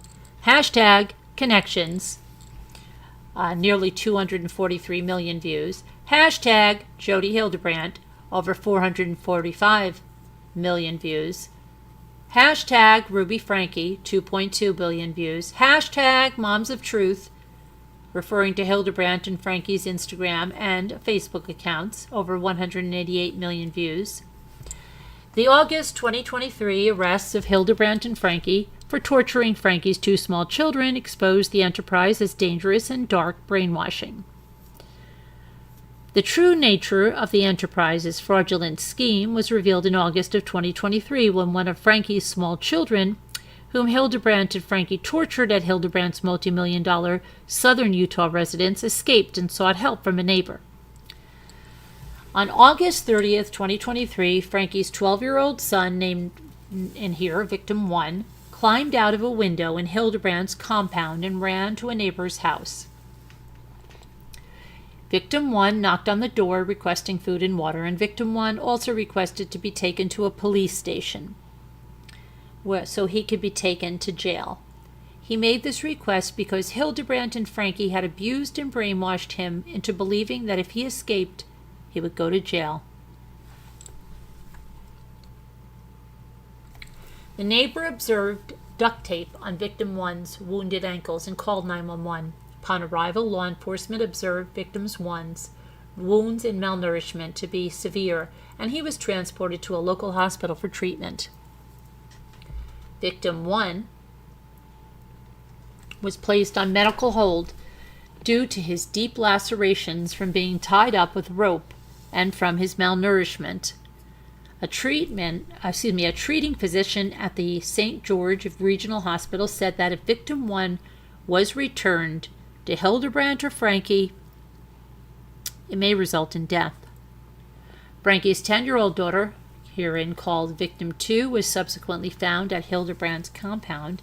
It was immediately clear that, like Victim 1, Victim 2 was extremely malnourished. Victim 2 initially refused medical attention, but after 4 hours finally consented. She was transported to a hospital where medical professionals found her to be extremely malnourished. Hi, Jen Grill. Victim 2 refused medical attention, but after 4 hours finally consented. She was transported to a hospital where medical professionals found her extremely malnourished. To facilitate this torture, Hildebrandt and Franke isolated the children from all individuals, including their own father and other siblings. For many months, the children had also been isolated from each other for over a month. Law enforcement determined that Hildebrandt committed felony child abuse against Victims 1 and 2. Law enforcement also determined Franke to have direct knowledge of the children's intentional abuse, given a YouTube video posted 2 days prior to the arrest showing Franke in the residence where the abuse occurred.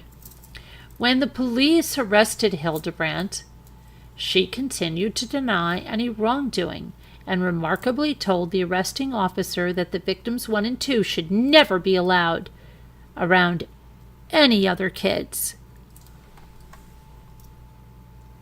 In other words, per Hildebrandt, her torture of the Victims 1 and 2 was justified because she was bringing them into the truth.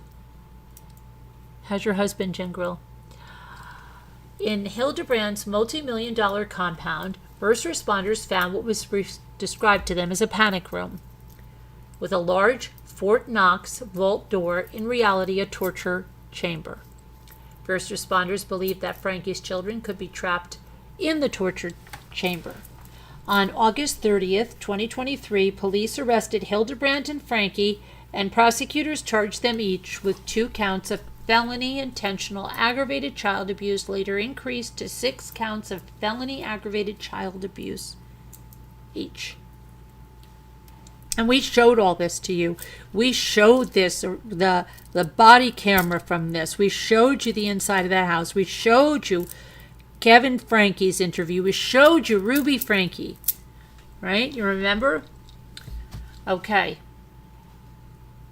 By December 18, 2023, Franke reached a plea agreement with the state in which she pled guilty to 4 counts of felony intentional aggravated child abuse. The state dismissed the other 2 charges in exchange for her truthful testimony about Hildebrandt.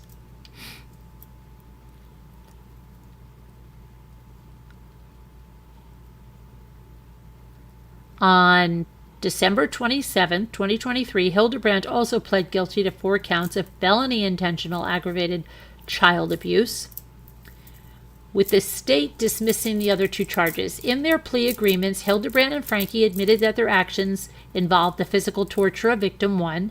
In coercing victim 1 into the truth, the women confessed that they isolated the child from all other people, electronics, and any entertainment. They forced labor on this same child by making him perform physical tasks for hours and days at a time, including wall sits, carrying boxes full of books up and down stairs, and performing manual labor outside without shoes and in the intense summer heat. They forced victim 1 to stay outside day and night, to labor without shoes in the direct sunlight and intense summer heat of southern Utah for extended periods, and stand in direct sunlight for several days, resulting in severe sunburns and damage to his skin. They denied victim 1 of adequate water for several days. He was required to remain in the summer heat, and punished him when he secretly consumed water. And they denied victim 1 of sufficient food. And when given food, he was given very plain meals like rice and chicken, while others at the home ate regular and more flavorful meals. Franke admitted to kicking victim 1 while she wore boots and holding victim 1's head underwater and that's what she did in the pool, and cutting off oxygen by placing her hands over his nose and mouth. This horrendous torture is a straightforward implementation of the enterprise's accepted methodology imposed on hundreds, if not thousands, of victims. Upon information and belief, after multiple escape attempts, victim 1 finally succeeded. Before victim 1 escaped, Hildebrandt and Franke admitted to sadistic, intense torture, including regularly binding victim 1's hands and feet. The child was tied to Franke and to weights. Many times, the binding included 2 sets of handcuffs, one on the child's wrists and one on his ankles. At times, the child was forced to lie on his stomach. Ropes were used to tie the 2 sets of handcuffs together so that his arms and lower legs were lifted off the ground. The bindings resulted in injuries to victim 1's wrists and ankles, where the handcuffs cut through the skin and damaged the muscle and tissue. Oh, he's doing better? Good, Jen Grill. Then the wounds were covered with duct tape, with like this honey strap she put on it. Duct tape on wounds, imagine that. Hildebrandt and Franke admitted that their actions described above caused severe emotional harm to victim 1 because they began in May and escalated throughout the summer months. Her husband should be charged too. Kevin Franke is no victim in this. Kevin Franke knew what was going on. He was in that house. Don't you dare think Kevin Franke's a victim. I saw his interview. He knew what was going on. Okay? He did not stand up for his children. He let his children be taken away knowing what these 2 women were. They were living in his house. Give me a break about Kevin Franke.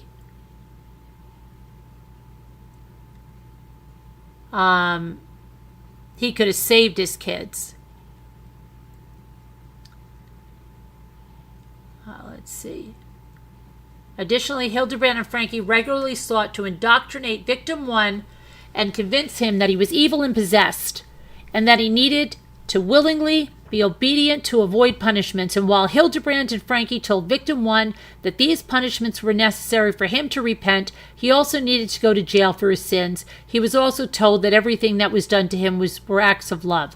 Hildebrandt and Franke's torture of victim 1 represents Hildebrandt's methodology exposed by the enterprise, implemented to its most fundamental degree.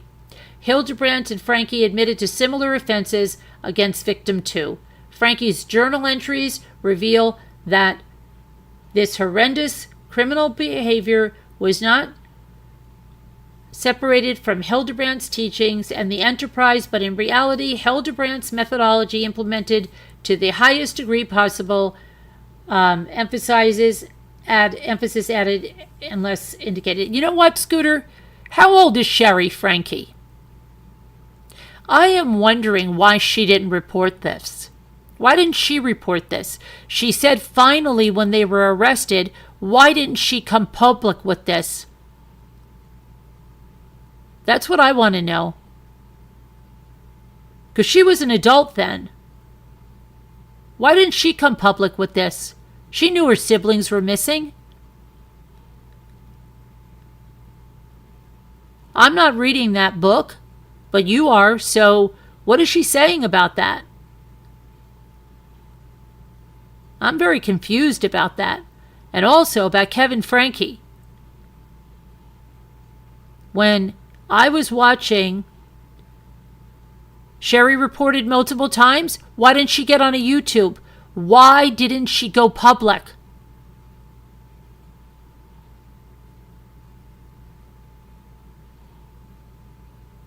Why didn't she go? Take them there. Take the police there. Then what happened? What happened, Scooter? I don't get it. I'm not talking about merely calling CPS. I'm talking about going to the police and telling them everything that was done and taking them to Jodi's house. She took them to Jodi's house? I don't think so.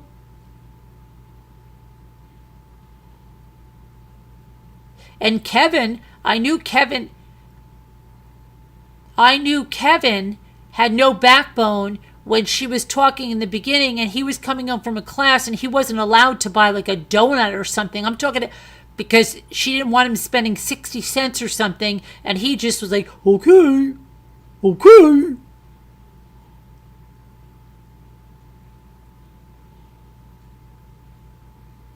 Forget CPS. Why didn't she go to the police, Scooter?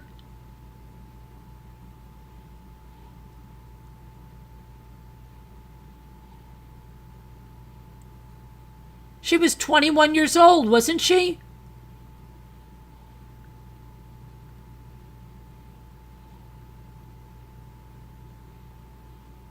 She had the police called on her. So big deal. Why didn't she tell the police what's going on? I don't get that. There's a lot of things I don't get with this. Sorry, I don't get a lot of this. And Kevin is, if Kevin, I don't know how he's skating under this radar. I really don't.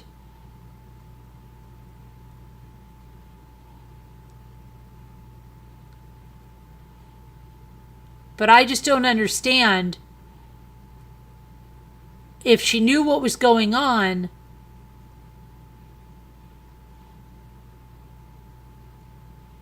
why didn't she get pictures? I don't get it. They knew the kids were missing. Well, I'll have to see what was done. It doesn't make any sense, Scooter. It doesn't make any... Why wasn't she on YouTube every night screaming it from the rafters? On her mother's channel. She could have logged into that 8-passenger and been screaming about it.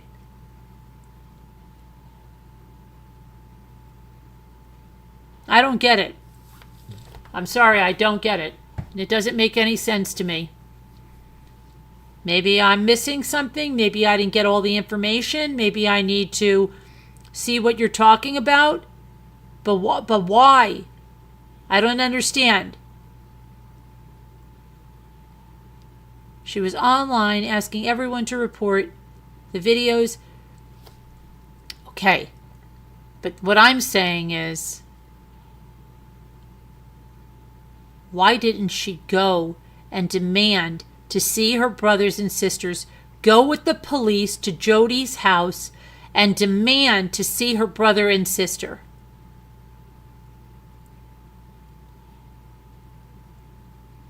To say they're being kidnapped. If she knew what her mother was capable of, what did she think was happening to them? I don't get it. What about the other adult siblings? I don't get it. Sorry, it's not making sense to me. Okay. You don't get it because she tried hard. Well, I don't get it. I don't get it. I'll have to see what means. I mean, say they were kidnapping them, which they were doing. And how could she embraces the father? Like, they think the father is okay? Does she embrace her father? Does she not know her father is just as guilty?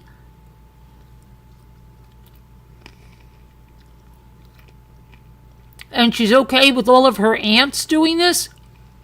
Come on. Let's go to this is whack. Okay. You went through this with your niece. It was horrible.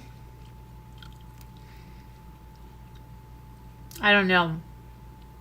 I don't know how the kids can be embracing the father, because he could have stopped this. Okay, so Hildebrandt and Franke's torture of victim 1 represents Hildebrandt's methodology espoused by the enterprise implemented to its most fundamental degree. Hildebrandt and Franke admitted to similar offenses against victim 2. Franke's journal entries reveal that this horrendous criminal behavior was not separate from Hildebrandt's teachings and the enterprise, but in reality, Hildebrandt's methodology, implemented to the highest degree possible, emphasis added unless indicated. If victim number 1 wants to emulate the Savior, he needs to be 100% obedient with exactness, no wavering, no hiding. I told victim 1 he needs God. I invited him to fast and pray. The devil doesn't like when you get your subject to agree to truth. Oh, she does know her dad's guilty? Okay. That's good. I thought all the kids are embracing dad. She calls another couple, mom and dad? Yeah, what other couple? I hope they're not, well, I don't know. I'll have to get the scoop on this one. This sounds crazy. I let victim 2 know that she has hardened her heart and will do more, and will do one more day of fasting to invite her to be humble. Flips out and begins ranting, dishonest chants. My mom starves me and calls it fasting. Oppositional force, i.e. pain, is required for growth, development, maturity. Victims 1 and 2 have never experienced oppositional force. F. Boundaries will show you how much demonic possession a soul has. The more boundaries, the more the soul will reveal itself. Back to sending evil away. Articulating truth drives evil away. This is a powerful intervention for the possessed, even if you can start by agreeing to something truthful. Following up on articulating a desire for evil with a demonstration of obedience is powerful. Demonstrating a willingness to follow truth is a pattern that the Savior used in his interactions. Victims 1 and 2 need natural outcomes. i.e. pain, emphasis in original. One might ask, as I myself have, what if we had taken this slower? Would the children have been on board if we hadn't boundaried them so quickly and clearly? They needed things to get hard, fast, intense, shocking change, immediate discomfort. They could have confessed in truth, taking personal responsibility for the discomfort they were causing. Victim 2 would choose to be shot and die rather than to be humble and do what he's told. There is no pain. There's no pain point where she will turn. Mom to victim 1. You would rather be uncomfortable, i.e. in pain, than to be obedient. This isn't really about being uncomfortable. This is about adamantly refusing obedience. You would rather be uncomfortable than obedient. Ruby to victim 1. You cannot manipulate your way out of pain. The only way out of pain is to humble yourself. For the human who is not humble, today this constitutes the vast majority. You have to get to your breaking point. Victim 1 never would have disclosed his sins had he not had a hope that confessing would bring a sense of relief. His motive, because he is not humble, was to feel better. The world we live in today does not support children being uncomfortable, i.e. in pain, and so children are comforted. They're entertained. They're distracted from their need to confess and change. Stripping down a child's world to the basics of beans and rice and hard work would be considered abuse. It has been 3 months of consistent boundaries and putting up with his terrorizing to get victim 1's confessions out. Who would do this in a real world? I don't know of anyone who would feed their kid in America beans, lentils, rice, and chicken for 3 months straight and refuse all distractions. And this is why Americans are so full of sin and are ready for destruction.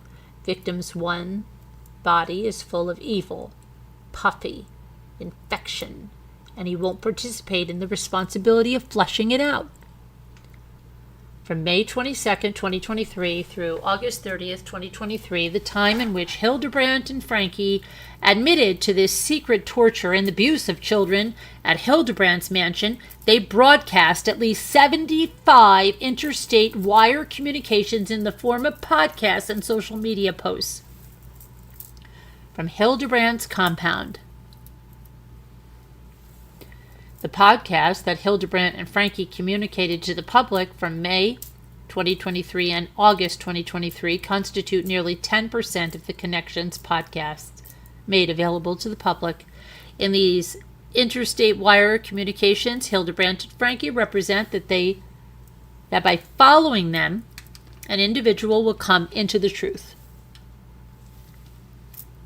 By learning to be honest, humble, and responsible, Hildebrandt and Franke fraudulently advertised connection services by, among other things, omitting that Hildebrandt's methodology requires the torture and physical abuse of children to bring children into truth, and that the torture of 2 children was occurring in the room next door in Hildebrandt's southern Utah residence, while Hildebrandt and Franke instructed people in their podcast to be honest and humble. The longevity. So many do not have immediate family members that care, and they are the only ones who have a say in our current law.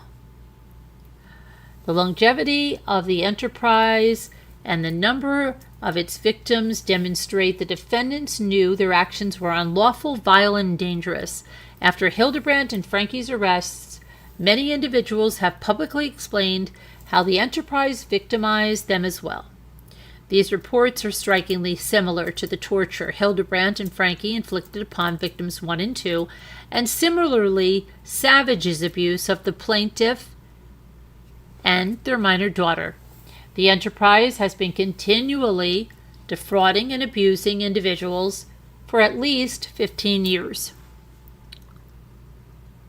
Known victims of the enterprise includes the plaintiffs Jodi Hildebrandt, Adam Steed, David Bateman, and Spencer Tibbetts.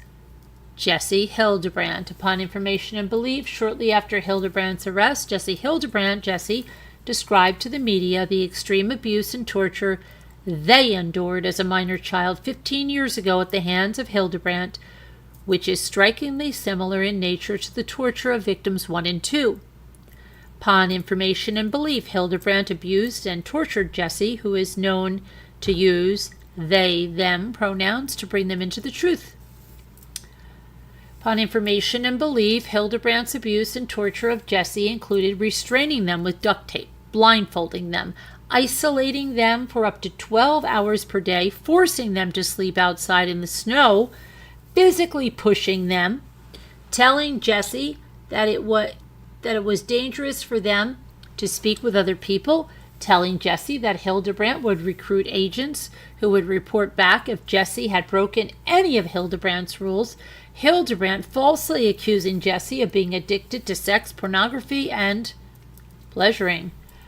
Hildebrandt not giving Jodi privacy, including in the bathroom, because Hildebrandt falsely alleged that Jodi would pleasure, etc. Upon information and belief, on one occasion, after an instance in which Jodi attempted to escape, Hildebrandt pulled Jodi out of bed by the hair, blindfolded them, tied their wrists and legs, and started driving. And after arriving at an unknown location, Hildebrandt began screaming at Jodi and accusing them of manipulating other people to think that something was wrong. Upon information and belief, after this incident, Hildebrandt drove her vehicle into a mountain with Jodi on the floor of the vehicle and coerced Jodi to run up and down the mountain for 6 hours.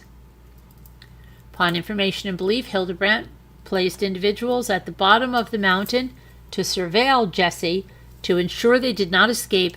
Upon information and belief, typically during the day, Hildebrandt would take Jodi to work with her and required Jodi to stay isolated in a small closet the entire day.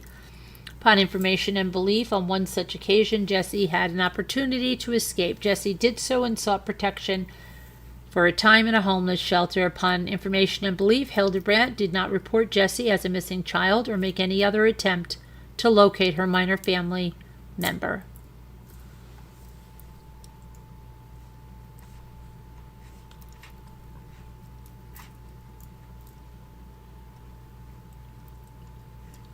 How does she not know?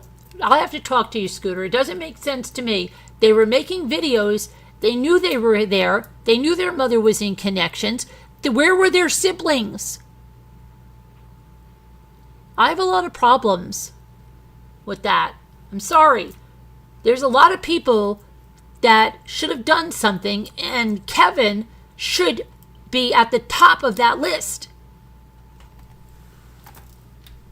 But I don't understand why this wasn't stopped. And Kevin was the number one person, why he let this woman in his house, and he is just totally ineffectual. And when he couldn't buy a donut, he had absolutely no backbone. Come on, Scooter.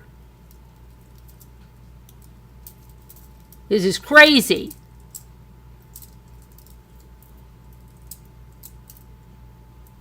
I have no idea. I have not read her book, Kevin. But all I know is on the day that they were arrested, she said, finally. So I'm just wondering, where did she think her siblings were? Scooter, Scooter, answer me. Was Sherry abused by her mother in the house? Was Sherry abused by her mother?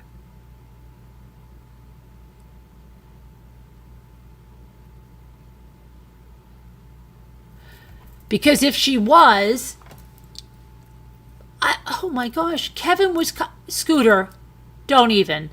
She's defending Kevin. Scooter, he was cut off by who? He listened because he had no backbone, and he walked away because they said walk away. What did he do? Scooter, don't do this to yourself. It looks bad.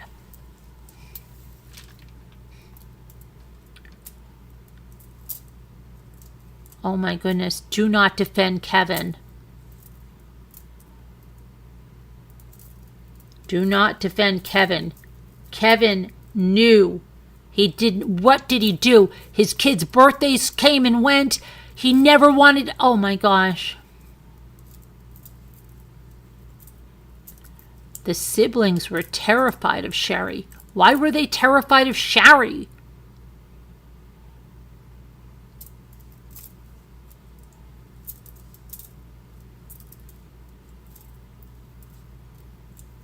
Oh my goodness.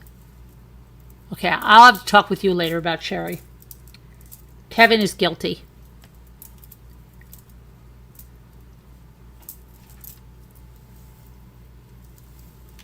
I've got some other issues.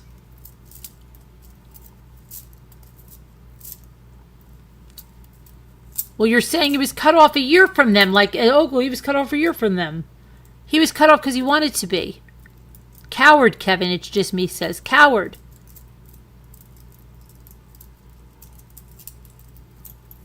Okay, now.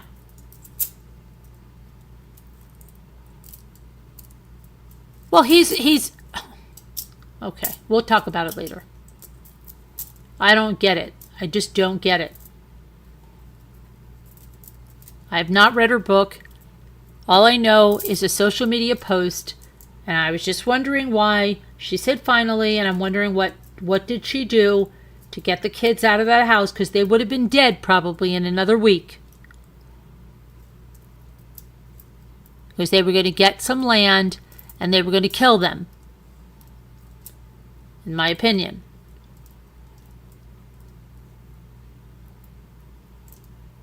He didn't have to be. Oh my gosh. Okay, I can't. All right. I'm going on. Upon information and belief, typically during the day, Hildebrandt would take Jessie to work. She had to stay in the small closet. Then she went to the homeless shelter. She didn't look. Now you have Adam Steed. Upon information and belief, Adam Steed is a victim of enterprise. Hildebrandt was professionally disciplined in 2012 for abuse she inflicted on Steed, her former patient. In 2012, Hildebrandt was professionally disciplined by the Utah Division of Professional Licensing, DOPL, for unlawfully disclosing information about a patient. The information is identified as John Doe in DOPL documents. Upon information and belief, Steed identified himself as the individual who reported Hildebrandt's professional misconduct. Upon information and belief, NBC News confirmed Steed's disclosure by reviewing DOPL complaint naming Steed, reviewing therapy notes, and from Steed's sessions with Hildebrandt and reviewing other documents relevant to the professional misconduct. Upon information and belief, Steed and his now ex-wife saw Hildebrandt for counseling services through Connections for 9 months in 2008. Okay. Steed's experience is yet another example of the enterprise, fraudulent, and unlawful scheme involving the provision of fraudulent services through Connections. Steed says, "We came there for marriage counseling, and she pulled us into her porn marathon." Porn marathon. What is that about? Okay. Upon information and belief, instead of providing legitimate counseling services, Hildebrandt immediately diagnosed Steed with a sex and pornography addiction, even after Steed stated he did not have issues with either. Upon information and belief, Hildebrandt also insisted that the Steeds needed to be tripled down on the amount of therapy sessions they were purchasing through Connections for the financial gain of the enterprise. Upon information and belief, Steele indicated Hildebrandt's charges were as high as $2,000 a month. Upon information and belief, after family would never be back together with Kevin. Oh my gosh. On information and belief, after Steed refused, Hildebrandt provided false accounts of Steed's confidential counseling information without his permission to leaders in the church, to honor code officials as the university he was attending, and to 2 other therapists. Now let's just say right now, you've got a cult within a cult, right? They were all in the other cult, right? And then that cult is recommending this cult. Do you know what I'm talking about?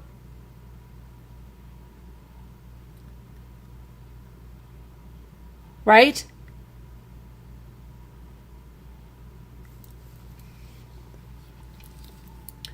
A cult within a cult.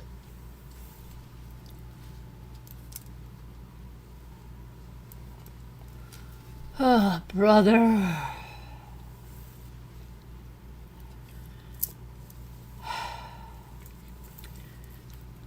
Upon information and belief, after Steed refused, Hildebrandt provided false accounts to the church.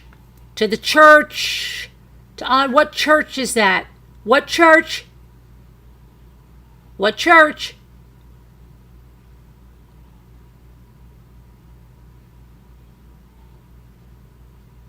You know it. You're talking about a cult within a cult. A cult recommending another cult. You hear all the stories of people leaving it.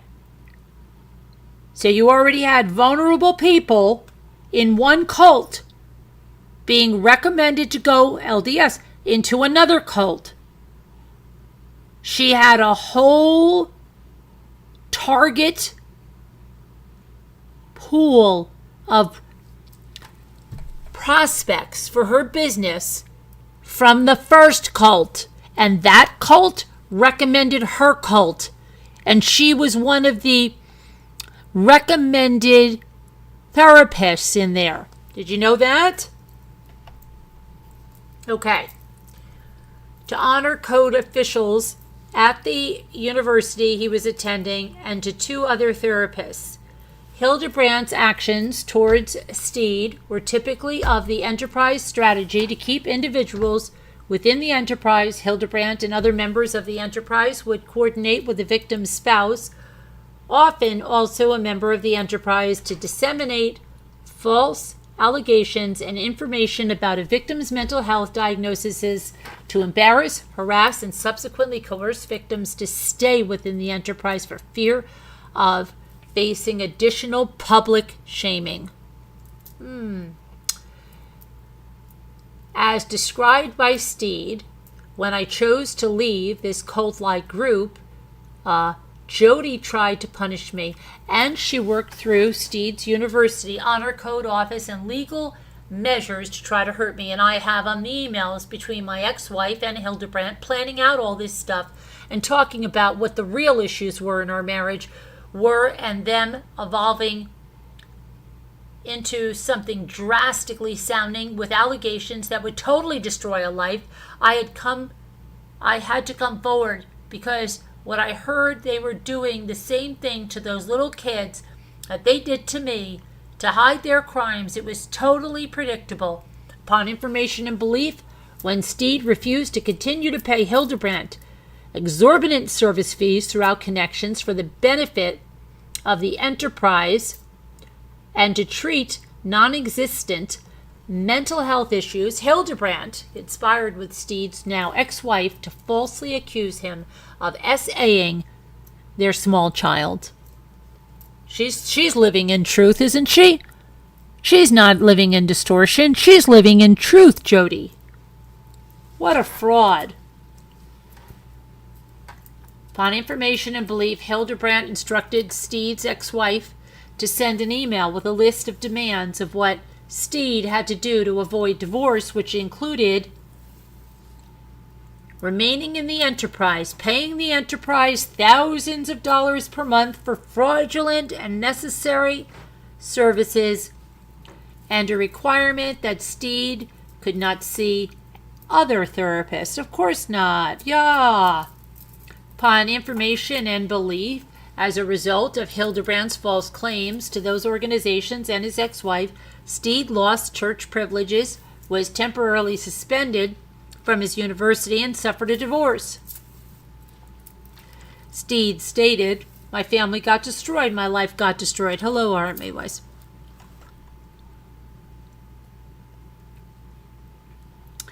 Upon information and belief, Hildebrandt also attempted to restrict Steed's access to his children. Steed reported that once Hildebrandt began meeting with his now ex-wife, Hildebrandt made her falsely believe that she needed to protect the children from him. In her stipulation with DOPL, Hildebrandt admitted that her disclosure of Adam Steed's confidential information was detrimental to Adam Steed and not in his best interest. Ooh, doesn't sound like living in the truth, Jodi. Jodi. Okay. Hildebrandt also admitted that her conduct was unprofessional as defined by Utah law and violated her ethical responsibilities. Where's her severe punishment?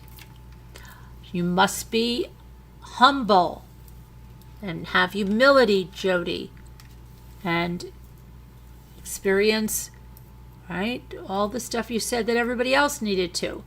Among other professional sanctions, Hildebrandt stipulated to having her license placed on probation for 18 months for her ethical violations relating to Steed.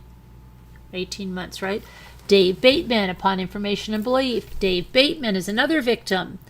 Okay? He, in 2019, he sued Hildebrandt in excess of $300,000. Upon information and belief, Bateman was a CEO and majority shareholder of a large software company in Utah. Upon information and belief, Bateman and his now ex-wife sought marriage counseling through Hildebrandt. Upon information and belief, unsurprisingly, after Bateman realized that Hildebrandt was not assisting the marriage, he ended counseling with Hildebrandt, and divorce proceedings followed shortly thereafter. As with what happened with Steed and plaintiff Hildebrandt, attempt to destroy Bateman's life because he would not accept the enterprise. And Hildebrandt's methodology. Upon information and belief, the conspiracies between Hildebrandt and Bateman's ex-wife include Hildebrandt assisting Bateman's ex-wife to fabricate false and defamatory claims against Bateman in divorce proceedings. Hildebrandt instructing the ex-wife to falsely allege, "That's not the truth, Jodi," to the court that Bateman was abusive to their children in order to gain advantage in custody proceedings. Don't these pupils of hers say, "But Miss Hildebrandt, that would be a lie, and I would be living in distortion"? And what does she say? "Oh, shut up, it's not real." Oh, come on. This is so ridiculous. This is so freaking ridiculous. Oh, this is so ridiculous. Hildebrandt instructing the ex-wife to file a false report of child abuse with law enforcement, and Hildebrandt herself falsely reporting Bateman to authorities for child abuse. Upon information and belief, Hildebrandt's behavior towards Bateman was criminal under Utah code. Upon information and belief, Hildebrandt also met with Bateman's business partners to strategize how to take control of Bateman's company. Upon information and belief, in these meetings, Hildebrandt unlawfully disclosed confidential information regarding Bateman, tracking Hildebrandt's pattern of previous ethical violations, including those with Steed. Upon information and belief, Hildebrandt's unlawful disclosures caused significant legal issues for Bateman in addition to his divorce. Has occurred with the plaintiff and nearly every other father who has spoken publicly about his experience with Hildebrandt. Hildebrandt worked to cut off Bateman from his children. Upon information and belief, at one point, due to Hildebrandt's unlawful actions, Bateman was completely cut off from his children for 3 weeks. Spencer Tibbets, upon information and belief. Spencer Tibbets is another victim of enterprise. Upon information and belief, Tibbets spoke with the media last year. His now divorced parents sought counseling from Hildebrandt in 2018 when Tibbets was a minor. Upon information and belief, even though Tibbets had never viewed pornography and at the time didn't even know what it was, Hildebrandt placed him in an adult men's counseling group that delved into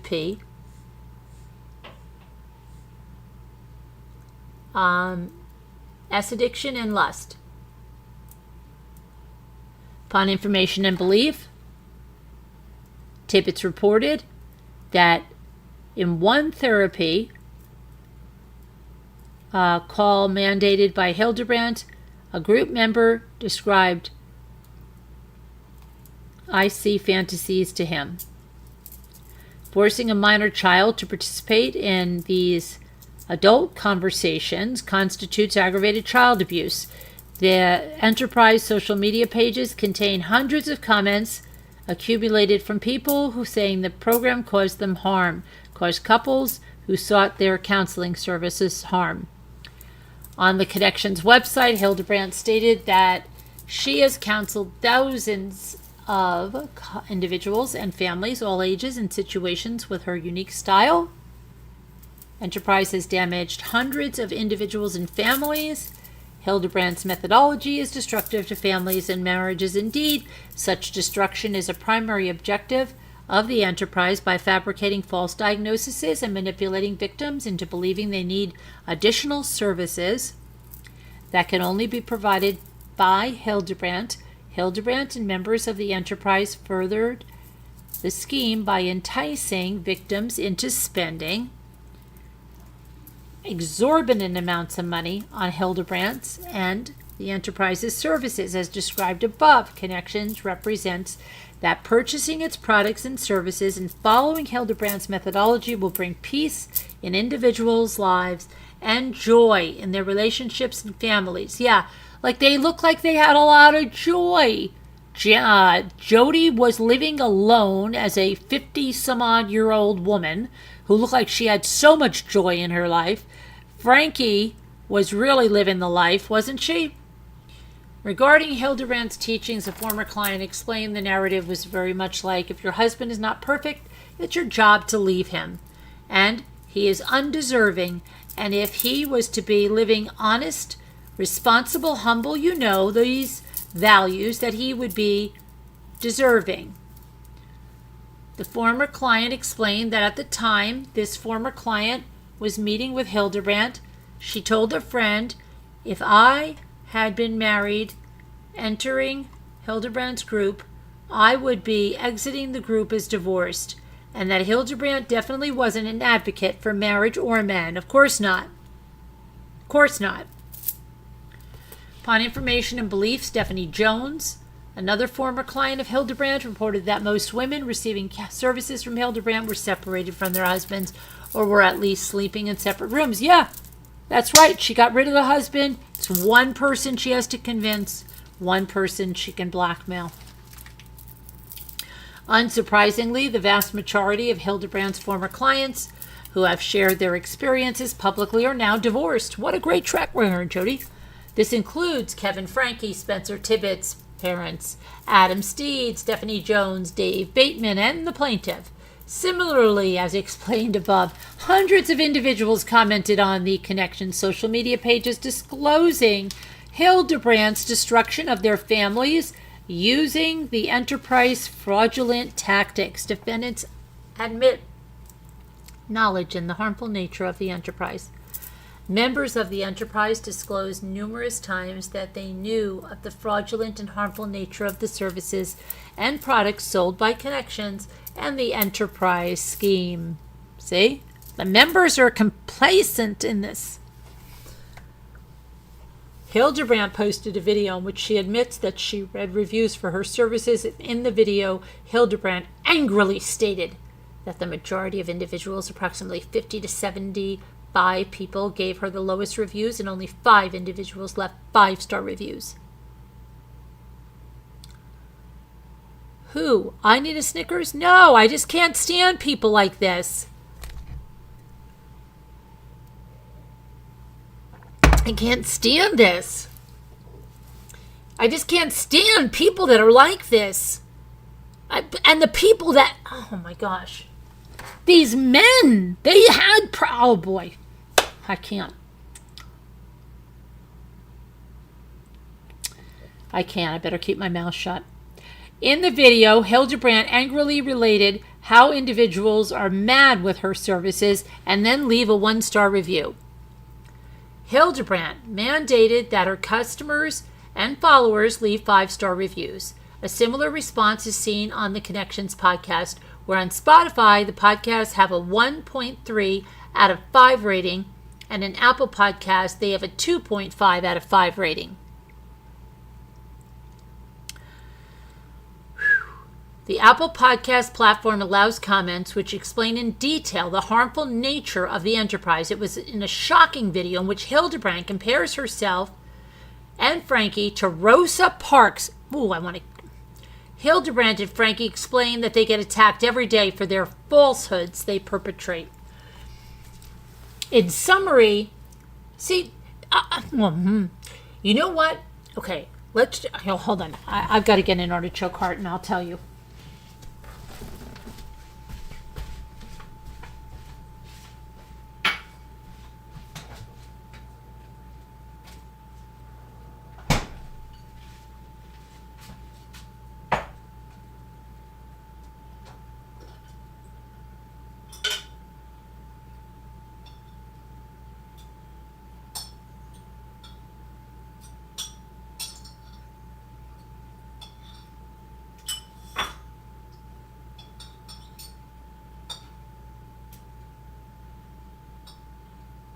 Okay.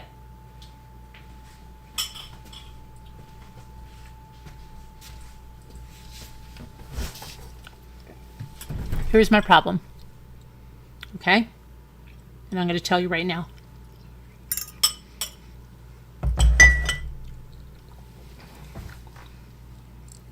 Let's for 1 minute, Scooter, say that I was running this cult. And I told you, you have to come into the cult. Okay, but I'm not calling it a cult. I'm telling you got to move into truth. You're living in distortion. Your life is never going to get better unless you live in the truth. The truth is the only way there is. And all I do is preach about truth. And you come in and you get rid of your husband because I told you he has multiple addictions and he's no good and he's a bastard. Get rid of him. And you come in. And I tell you, did you get divorced from that bastard yet? Because he's horrible. You cannot live with that man. He's got so many addictions, he won't get help. And then you're getting a divorce. And you come and you say, oh my gosh, he's raking me over the coals. Oh really? He's raking you over the coals? Well, you just go lie about this. Then, wouldn't you turn to the person and say, wait a minute. You've been doing nothing but preaching truth and not living in distortion, and now you're telling me to go lie to the judge? Come on! What are these people? Read your message. Okay, Bucky Ann, hang on.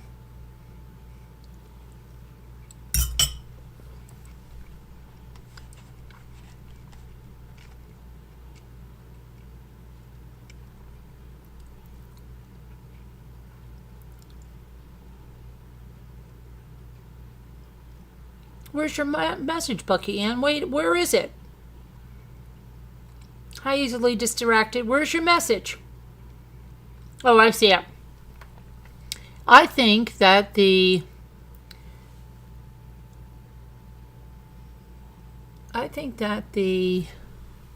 what does that say? Something of women who would get mixed up in the cult in the first place are the type who's married to weak men. And that's, well, I definitely would seem like a weak man that's just going to leave his freaking family. Not even look for them when it's its birthday. Don't want to talk to me about Kevin Franke. Really, don't even talk to me about him. Sorry, he's something. You watch this thing where Ruby Franke says he was coming home and he couldn't get a donut after going to class, Lola's classmates, and he had to call her for permission. And she tell him no. And he listened. I think it was 63 cents at the time. Why doesn't he just tell everybody in the entire store that he has nothing between his legs, okay? Really. No, I'm sorry. I hate to be blunt like that, but he has no backbone and he is missing something else, obviously. Can't even imagine. Cannot even imagine telling a husband you cannot, after your course, get a 63-cent donut.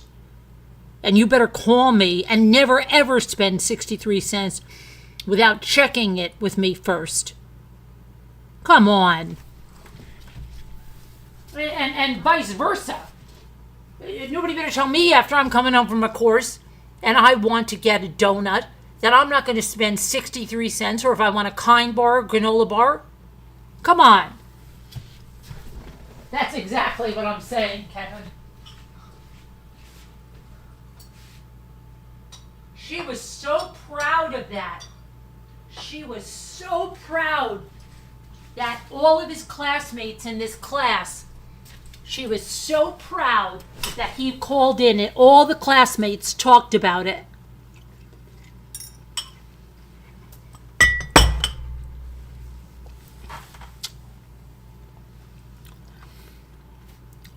This is wrong on so many levels. This is wrong on so many. I can't even imagine. What are you doing? You think you're getting a 63-cent donut? I don't care that you're hungry. No, you're not getting anything. She loved that control. No one should do that, man or woman. And he shouldn't have to freaking call for permission to get something to eat.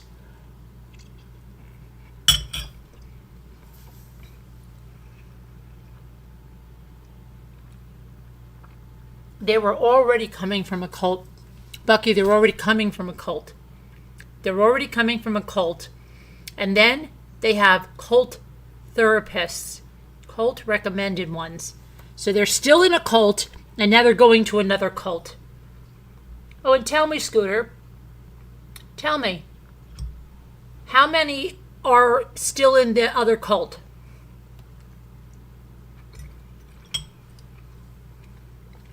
I'm asking for a friend. Is she still in the other cult?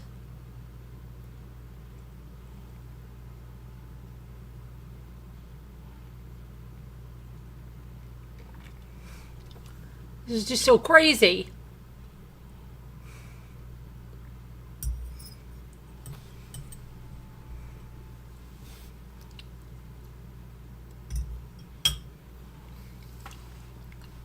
Wasn't Jodi the top person in their group everyone would recommend?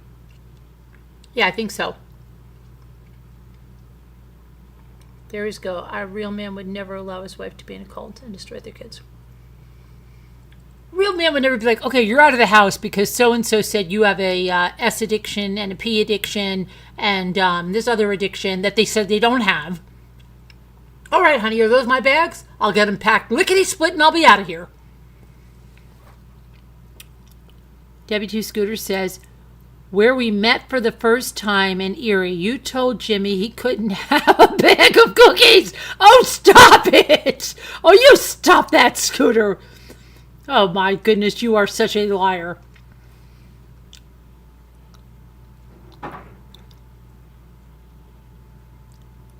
And he is weak if he belonged to a cult. That's how cults work. They prey on the weak.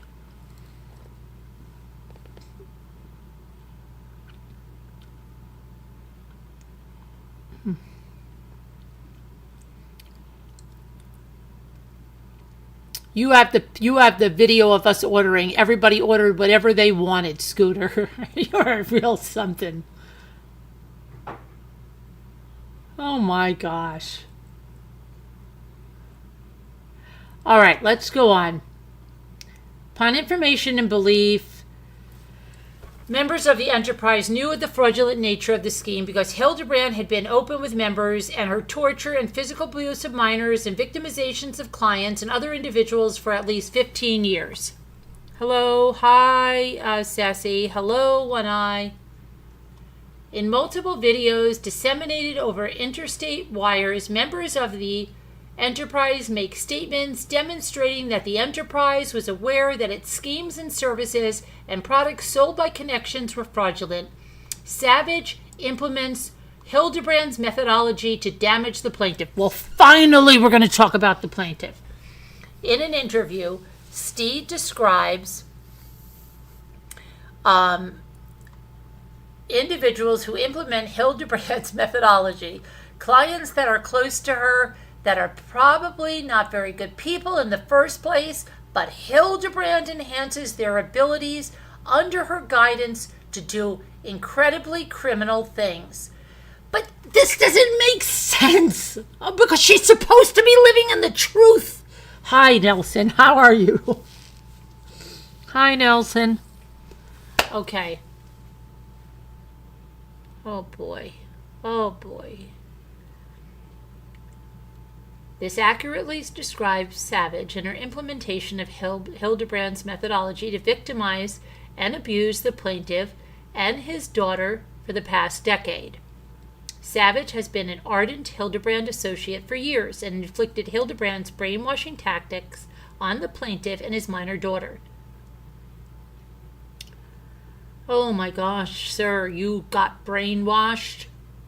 Savage had used interstate wires, including without limitation, telephone communications, emails, and text messages repeatedly to recruit the plaintiff and others to the enterprise and to implement Hildebrandt's methodology of abuse. Savage has furthered the objectives and fraudulent scheme of the enterprise for close to a decade, all to extreme financial and emotional harm to the plaintiff and his daughter, who is currently 10 years old. Savage is plaintiff's ex-wife and the mother of the 10-year-old EJT. Savage became involved with Hildebrandt in 2015 when she sought Hildebrandt out for counseling services. Shortly thereafter, Savage became a loyal associate of Hildebrandt. So, if the child is 10 years old, that child was not even born at that time. As is typical of Enterprise's fraudulent scheme, Savage initially sought Hildebrandt's services simply for personal and marital counseling. Thereafter, Savage quickly and eagerly accepted Hildebrandt's methodology and became a member of the Enterprise. I'm aboard the Enterprise.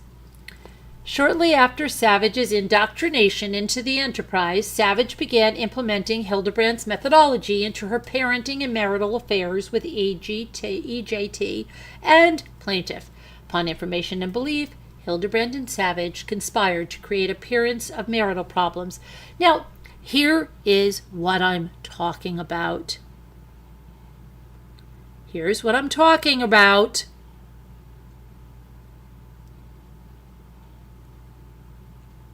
Why? Why, Scooter? If Savage thinks that Hildebrandt lives in the truth, preaches the truth, is against distortion, her head would spin around like Reagan in The Exorcist if this truthful woman tells her to create, fabricate, lie, mislead about the appearance of marital problems that did not exist to recruit the plaintiff to Enterprise and to induce him to spend money on connections, services, and products. And what is wrong with that guy? You have a pee addiction. You do. I don't care that you do. You better. Come on. What kind of people are they married to? Seriously. This is crazy. Wow.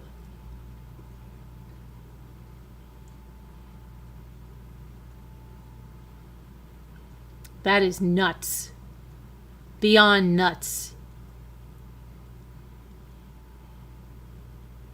Wow. Okay. So she wants her to deceive, right? Give the appearance that they have marital issues, so he spends his money. So now she's telling her not only that, I'm raking you over the coals, okay? So she's telling her, she's scamming her, and she's lying to her. And this woman, she needs a swift kick in the butt. She really does. I'm sorry. I'm not advocating abuse. Okay, we won't kick her. She needs somebody to, I don't know what to do to her. She needs something. Okay? Because she's joined this cult thinking it's truth. And this lady in 2 different ways just showed her major deception. She showed her that I'm lying to you and I'm not living in the truth. And further yet, I'm scamming you. And I need you to help me scam you. Come on. Come on. See, this is why this is not going to work for somebody like me in New York. This is crazy. Okay.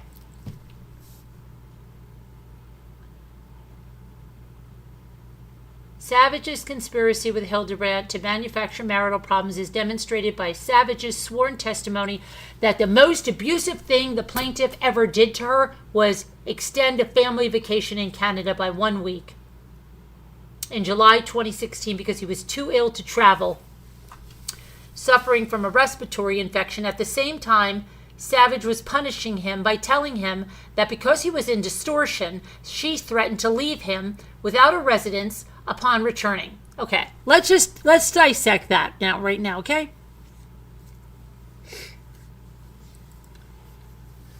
Savage's conspiracy with Hildebrandt to manufacture marital problems is demonstrated by Savage's sworn testimony that the most abusive thing, okay, the most abusive thing that her husband ever did was extending a family vacation in Canada. You bastard. You disgusting, deplorable human being. You have no right to even be anywhere near me. How dare you extend our vacation in Canada, and for what reason? Because you're sick? You little sniveling baby? This is abuse. What the hell is this, Scooter? No wonder her name is Savage. Is that really her freaking name? Because she's a savage.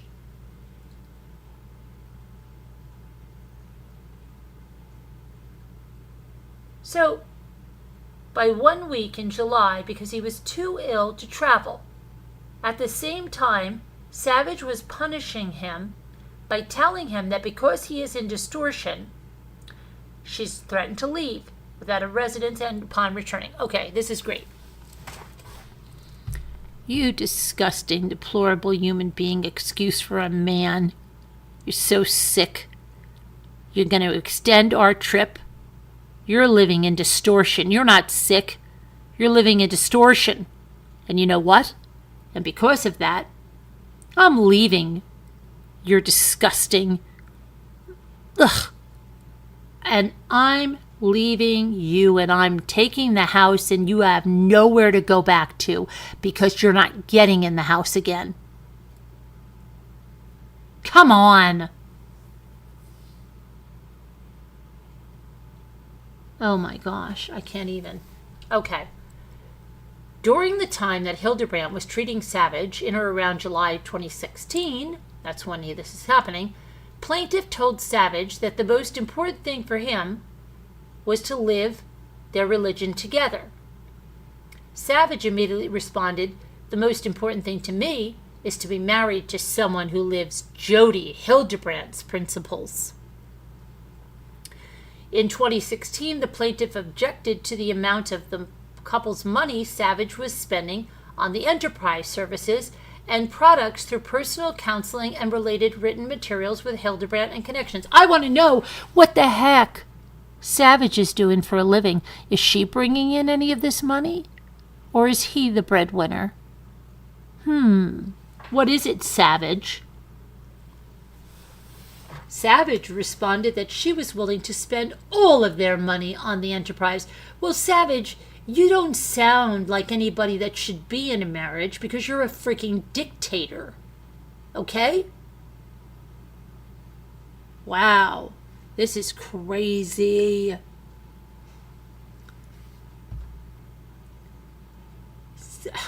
This woman, I'm sorry. I want to see this woman. I want to know who this Savage is. The willingness to contribute endless funding to the enterprise is consistent among enterprise members, though they're all freaking dictators, and I wonder how many of them are earning that money.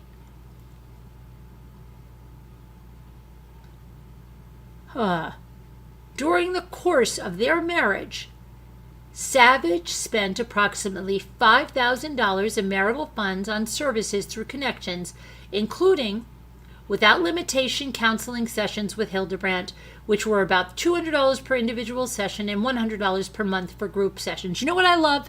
I love these women like Franke, who the husbands can't spend 63 cents on a donut, but they're going to tell their husband, you like it or lump it, I'm spending as much money as I want on Jodi Hildebrandt and her connections, you miserable bastard, and don't you think you're getting a cream donut because you're not. What the hell?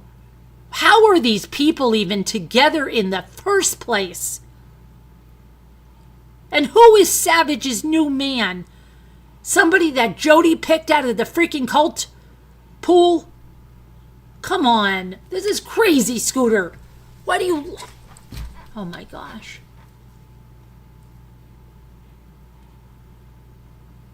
Scooter, did you answer me? Was it Lisa Hobbs that was always into this stuff? I think it was. I'm really worried about Lisa Hobbs. Hope she go ahead.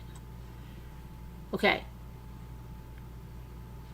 During the course of their marriage, Savage met with Hildebrandt individually, weekly or bi-weekly. Upon information and belief, Savage has at times directly influenced the Connections Coaching Instagram page on at least one occasion, providing her inaccurate account of a situation with the plaintiff in order to further the efforts enterprise to induce victims and members to spend money.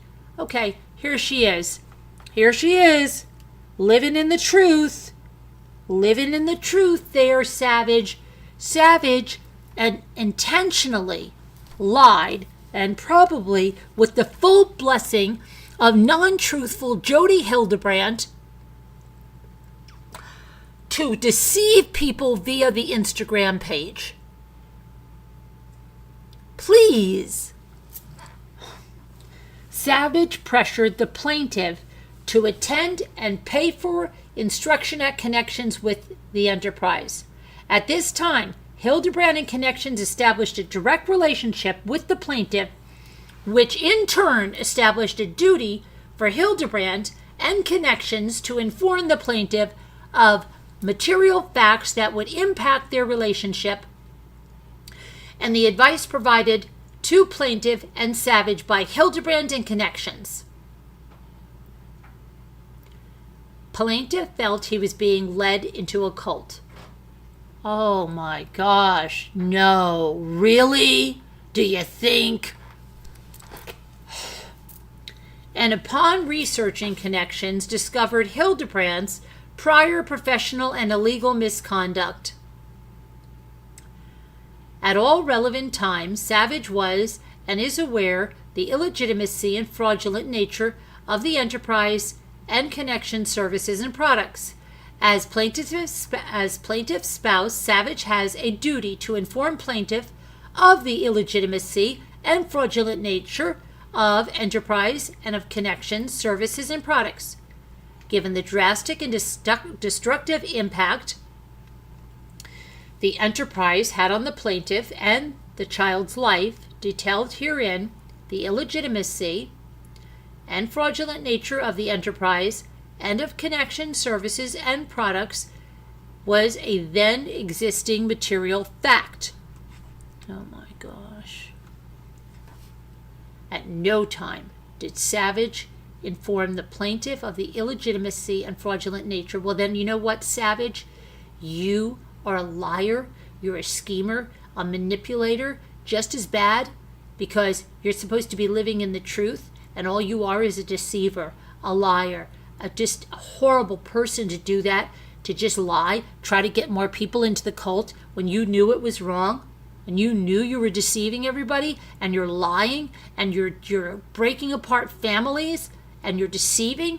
Oh boy, how are you living in truth? You're nothing but distortion. Oh my gosh. Oh my gosh. Oh my gosh.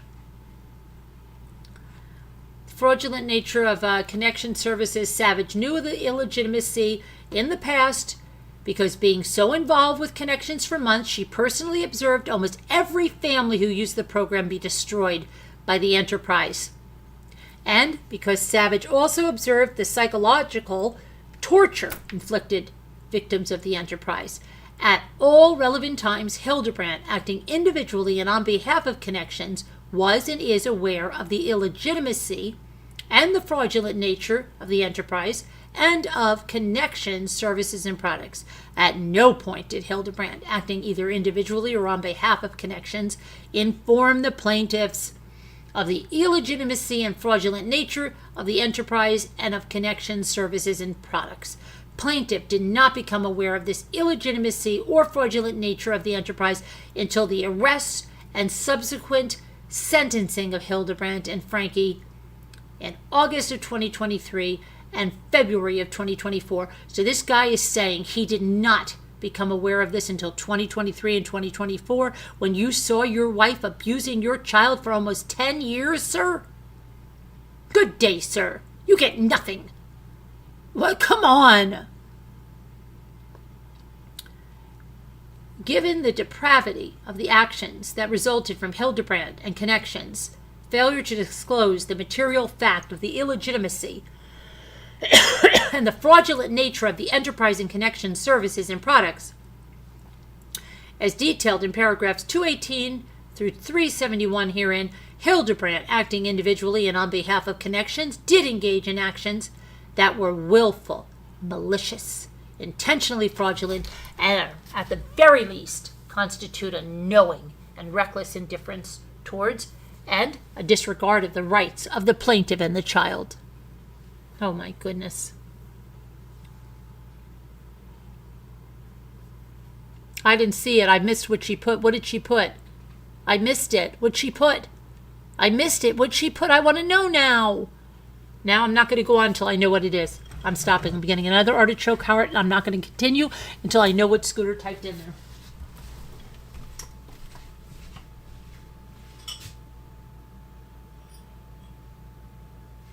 I have a right to know, gosh darn it. Heaven, tell me what she said. She has no right to be deceptive like that to me. I'm going to have another artichoke heart. Scooter, you're driving me to trick. Here.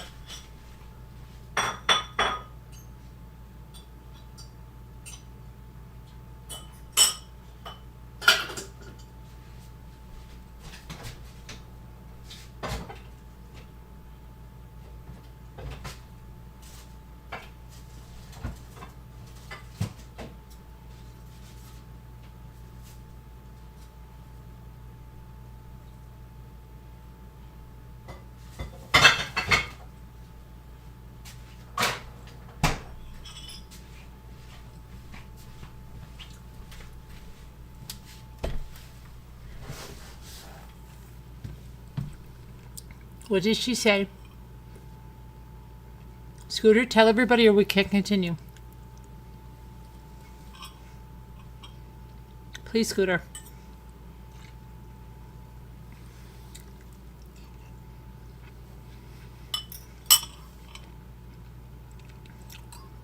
Murder of Crows, go ahead and tell us since you saw it.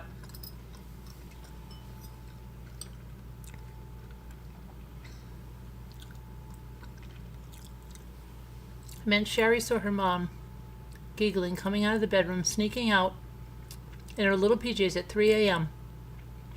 and heading back to Kevin's room. What does that mean? Tell me what you said, though. I want to know what you really said, Scooter.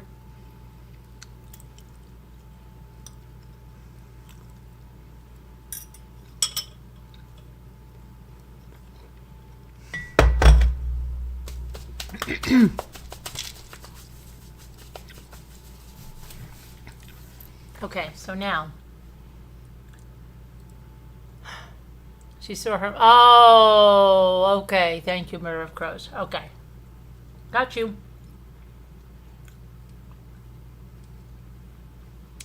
Now, given the depravity of the actions that resulted from Hildebrandt and Connections' failure to disclose the material fact of the illegitimacy and fraudulent nature of the enterprise and Connections, services, and products as detailed in paragraphs 218 through 371 herein, Hildebrandt, acting individually and on behalf of Connections, did engage in actions that were willful, malicious, intentionally fraudulent, or at the very least constitute a knowing and reckless indifference toward and a disregard for the rights of the plaintiff and EJT, the child.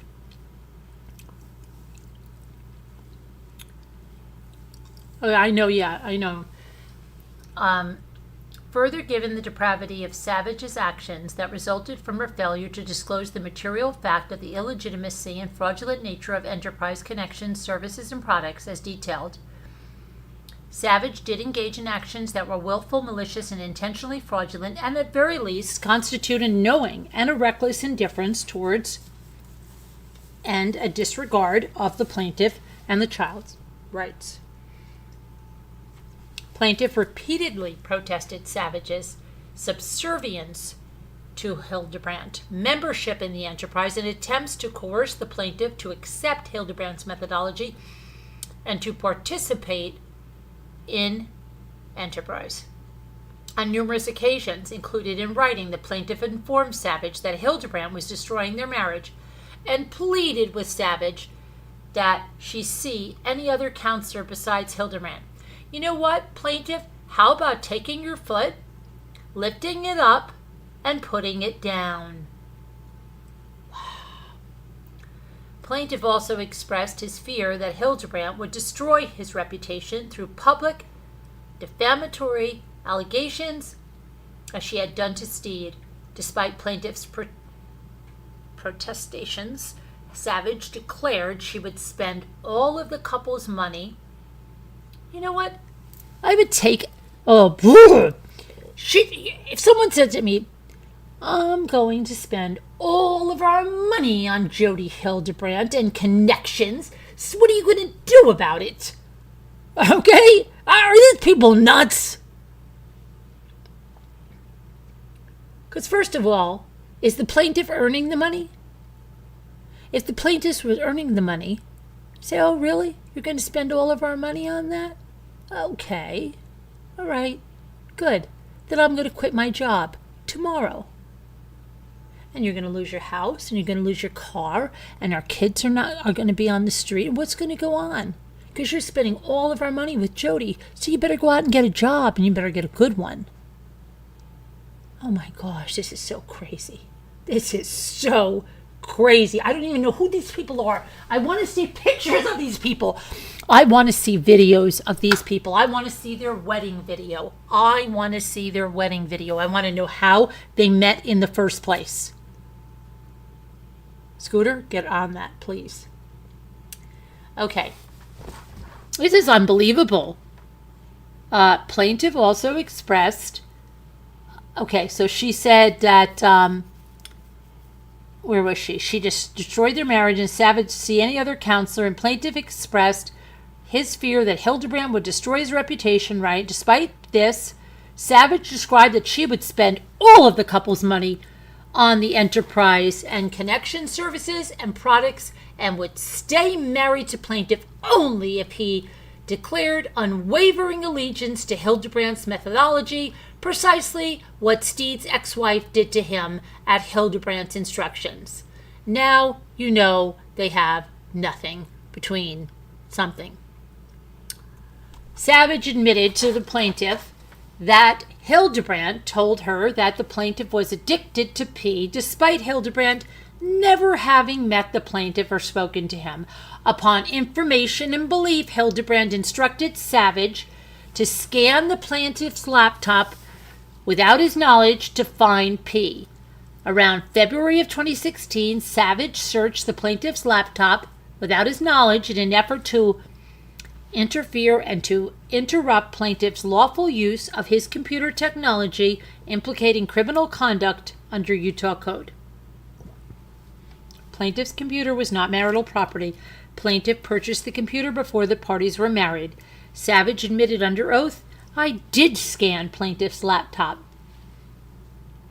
Savage did not find any evidence of P. Even with no evidence, plaintiff had viewed it or otherwise had an addiction to it. Savage insisted that plaintiff pay for and attend Hildebrandt's 12-step program for addiction through connections, or she would divorce him. I don't care if you don't buy into this and admit you have a P addiction, even though I found nothing when I illegally scanned your laptop. I'm telling you, you better pay for this now, and you better attend Jodi Hildebrandt's 12-step program for this addiction, or I am divorcing you. And tell me he's begging her, please stay, please. 333. This is crazy. This is crazy. He's begging this woman to stay, begging her. Honey, this woman's got a screw loose, a few screws loose. She's a control freak. She's in a freaking cult. She's brainwashed. Run, run, run. Oh my gosh. Savage claimed that if plaintiff was not addicted to P, he must be addicted to something else. You little liar. So maybe I didn't find any P on that computer. That doesn't mean you're not addicted to something, okay? And I'll find it. But they never have any problems, right? It's one way or the other, right? It takes two to tango, but no, they're all wrong and they're all right. Come on. Savagely, knowingly implemented Hildebrandt's abusive methodology by assigning a false pathology to the plaintiff to manipulate him into paying exorbitant fees to the enterprise for unnecessary services under the threat of immediate divorce. It will be an immediate divorce. Don't you think you're getting one of those long ones? You're not getting it. Wow, what a winner. What a winner you have there, plaintiff. You're so glad you hung on for her. She left you anyway. My gosh. Grow a backbone. Savage's intentional actions detailed in paragraphs 189 through 231 herein constitutes willful, malicious, and intentional behavior, or at the very least constitutes a knowing and reckless indifference towards and a disregard of the rights of the plaintiff. Savage unlawfully restricted the plaintiff's access to the child under the ultimatum that the plaintiff submit to enterprise membership or face divorce and lose custody. Oh, wow. Now you listen here, you little sniveling guy that's addicted to. I haven't figured it out what you're addicted to yet, but I will. You just give me a minute here. I'll figure out what you're addicted to. But I'm telling you, unless you submit to Jodi Hildebrandt and the enterprise membership, you are not only getting divorced, you are never seeing your child again. Wow. What a winner. What a treat. For what he's paying, oh boy. In May of 2016, at the direction of Jodi Hildebrandt, Savage demanded that the couple separate. Wow, now look where that got him. Look where that got him. They had to separate because Jodi said, we're separating. At this time, Savage also unilaterally and unlawfully dictated plaintiff's visitation, who at the time was about 18 months old. So now they brought this baby into this relationship. And now, wow, she's going to dictate. What is Jodi really running here? A cult of dominatrix? What the heck is going on? I don't know. Oh my goodness. Absolutely. You don't stand up to your wife. You think you stand up for your baby? You're going to let her do that, plaintiff? Seriously? Wow. This time, Savage afforded to plaintiff with the baby was substantially less than the statutory minimum parenting time guaranteed. Okay, so the time that she gave him was less than if he would go through the family court in Utah, but he accepted that. Plaintiff, what the hell is wrong with you? The time Savage, yeah, right, okay. Savage initially allowed plaintiff only 2 hours of parenting time every other day, with plaintiff bearing the responsibility for all transportation and expenses. Oh, that's good. You consider 2 hours of every other day, and you pay for everything regarding that. Thank you. Wow. Later, she only allowed 6 hours every Saturday. Okay, now you're not getting every other day. You're going to get 6 hours on Saturday, and you just shut up and take it. What the heck is wrong with these people? What is wrong with them?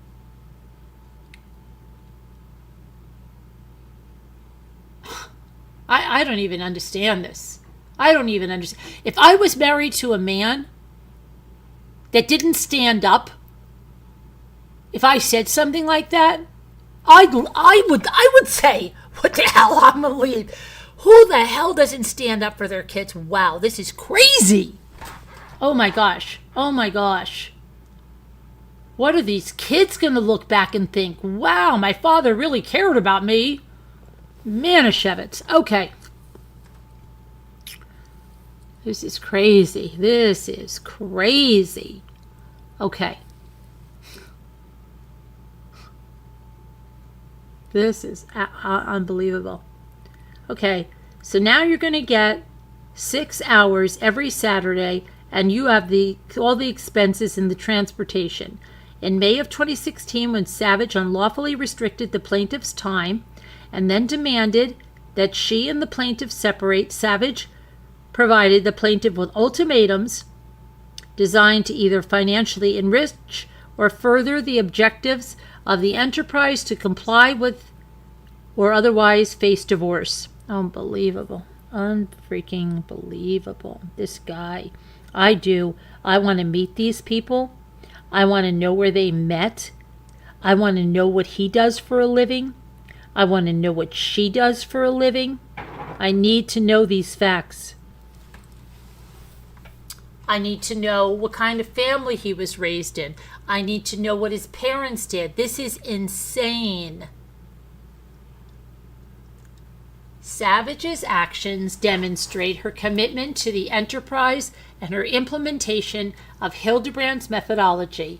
Specifically, Savage made the following demands on the plaintiff, all aimed to either financially benefit the enterprise or coerce the plaintiff to join the enterprise. All right, this is what you're going to do. If you want to stay with me, you're going to attend the Connections 101 class, where you're going to learn the principles, you heathen. You're going to learn the principles of truth, while I do nothing but spout lies, in a group setting. Here, Savage attempts to coerce the plaintiff into spending money on enterprise's fraudulent services, thereby attempting to financially enrich the enterprise. Experience godly sorrow for every neglecting and abusive behavior. What about her neglecting and abusive behaviors? Oh, that's right, she doesn't have any. Be able to articulate what godly sorrow means and describe what your godly sorrow has felt like for every abusive behavior. Like the one where he extended their trip because he was sick. Hildebrandt and other members of the enterprise conspired to coerce husbands to falsely confess to abuse in order to cut them off from their children. Here, Savage conspired with Hildebrandt to coerce the plaintiff to falsely confess to abuse so that he could see his daughter and avoid divorce. Find and utilize a sponsor and be able to identify and eliminate your pride, manipulation, codependent, and controlling tendencies. Here, Savage utilizes Hildebrandt's manipulation techniques to ascribe the plaintiff with a non-existing pathology to coerce him into spending money on fraudulent enterprise services. Such pathologies include addictions and alleged abuse that the plaintiff never exhibited or engaged in, including a control addiction. Okay. You have a control addiction. Even though I'm a dictator in this marriage, it's you that has the control issues. Do you get that? Are you living in truth? No, you're living in distortion. Identify the harmful behaviors you experienced in your family of origin and emotionally damaging behaviors which are current within that family. Oh, wow, this is crazy. What guy would be like, you know what? This is a hell of a lot more trouble than it's worth. You're a freaking psycho, lady. And you know what? I'm going to get full custody of my kid because I just freaking recorded you right here on my phone and I'm bringing it to the family court judge tomorrow morning. Good day, ma'am. I'll just take my baby and go. This is insane. This is insane. I need to meet this man. I need to meet him. Identify the harmful behaviors you experienced in your family of origin and emotionally damaging behaviors which are current within that family. Also prove to me by your actions that you will sever yourself from these behaviors and lifestyles. Here, Savage implemented Hildebrandt's methodology to isolate the plaintiff from his family and thereby make it easier for Savage to manipulate the plaintiff into enterprise membership. Yes, cut your ties. I don't want you talking to your mother or your father, your sisters, your brothers, or anybody over there. You understand me? Get out from under there. Oh, come on. Come on. This is crazy. Well, then there's lots of guys that got something snipped off. In July of 2016, in one of many instances in which Savage used interstate and or foreign wires to further the enterprise fraudulent objectives, Savage demonstrates her commitment to the enterprise in an email to the plaintiff. Mike, what I hear you say is, the bad Mike is dead, and the good Mike is in full swing. I will hold you accountable for your behaviors to align with what you are saying. If you are where you say you are, you will be willing to step into the truth and stay there, partnered with God. I will be the judge of where you are. This is very funny. If you're partnered with God, do you know that you're not supposed to judge there? Savage? Wow. You're somebody to be giving such advice. And although I am so hopeful about what you say, your behaviors will be the real manifestation of it. When you come home, I hope you are prepared to show me in your actions you are in real recovery. Why don't you just let him show you that he's no longer a man? Savage's communication demonstrates her adherence to Hildebrandt's methodology and her implementation of the enterprise's tactics to manipulate victims into enterprise's membership to further the fraudulent financial scheme of the enterprise. See, this is what I don't understand, okay? Listen to me. In the Mormon church, the husband is the head of the household. So, in one aspect, the husband is supposed to make the final decisions on things. The women are supposed to be more submissive.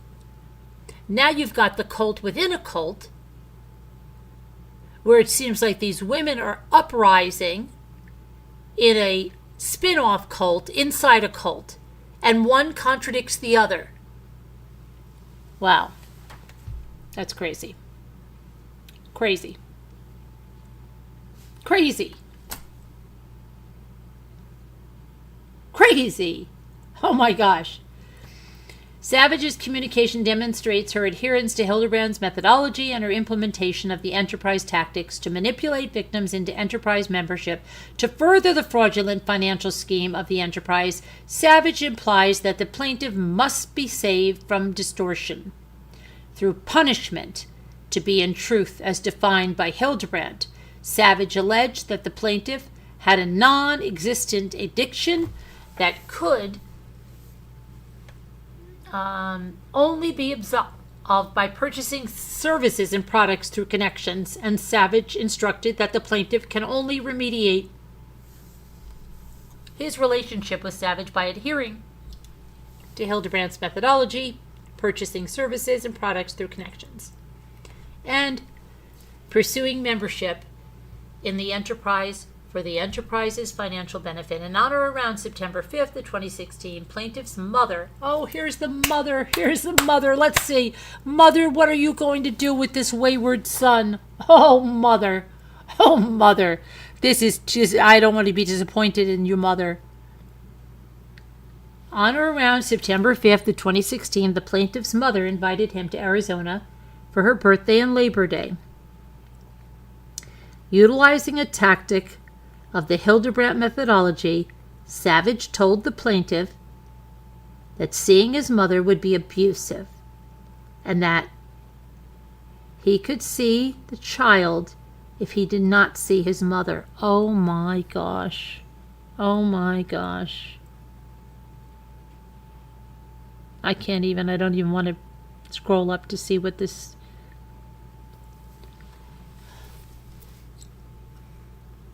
Plaintiff decided to stay in Utah. Oh my gosh. Are you flipping kidding me? What are you doing? You're going to go to your mother's for her birthday and Labor Day? I'm sure she invited the wife too and the baby. You're not going there to your mother. Your mother is abusive. Yes. And if you stay here, I'll let you see the baby. Yes, dear. Ultimately, Savage did not allow the plaintiff to see. Oh, now, and he didn't. Can I see the baby now? No. No, I changed my mind. Savage unlawfully dictated limited parenting time between the plaintiff and the child until mid-September, when she unlawfully and completely deprived the plaintiff of access. You know what, plaintiff? That's when you go to family court. Specifically, on September 17, 2016, Savage illegally and completely restricted his access. Over the next week, plaintiff texted Savage multiple times, "Can I see the baby? Can I see the baby? Can I see the baby?" Repeatedly informing her that her behavior violated his and the child's legal rights. Savage nonetheless continued to completely restrict the plaintiff's access. And what did you do, plaintiff? What did you do? As a result of Savage's unlawful behavior, plaintiff was unable to be with his child for weeks. No. You know what? I'm going to rewrite this for you, plaintiff. As a result of your unwillingness to stand up to a savage on behalf of your daughter, that's why you did not get to be with your daughter for weeks. Oh boy. Necessitating plaintiff seeking emergency legal relief to regain access to his daughter. At one point during this time, around September 17th, Savage texted the plaintiff the following in yet another implementation of Hildebrandt's methodology, necessitating the infliction of pain. Michael, I can imagine how hard this is for you. It must be very frustrating and painful. No, dear, I've actually found a new woman, and she's going to be a great mother to my daughter when I've just hired the lawyer to get full custody, and you, my dear, can go stay with Jodi, you miserable wench.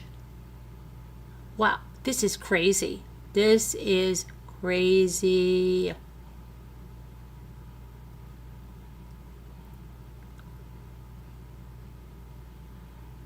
In October of 2016, after Savage unlawfully prohibited plaintiff's access to the child, plaintiff filed for the divorce. Yay, plaintiff! About time. And an emergency injunction to prevent his parental rights. When Savage learned that the plaintiff was preparing for divorce, she again weaponized Hildebrandt's methodology and manipulation tactics against the plaintiff. Let me guess. She accused him of SA. Savage pled with him multiple times, saying she would do anything to save the marriage. Oh, this is big. Oh, please, I'm so sorry. Please come back. I will be a normal person. Yeah, okay. Wanting the best life for his daughter, plaintiff took Savage at her word. Oh my gosh. Plaintiff informed her that he was willing to reconcile if, among other things, the couple looked to their church leadership for guidance instead of Hildebrandt and the enterprise, and she agreed. The next morning, Savage, after meeting with Hildebrandt and at Hildebrandt's insistence, rescinded her agreement. Oh, surprise, surprise. Oh my gosh. I can't. Savage, why doesn't he tell her, you are a liar. You say you live in truth. You're a deceptive, manipulative, pathological liar who uses your child as a pawn. You miserable, miserable shrew.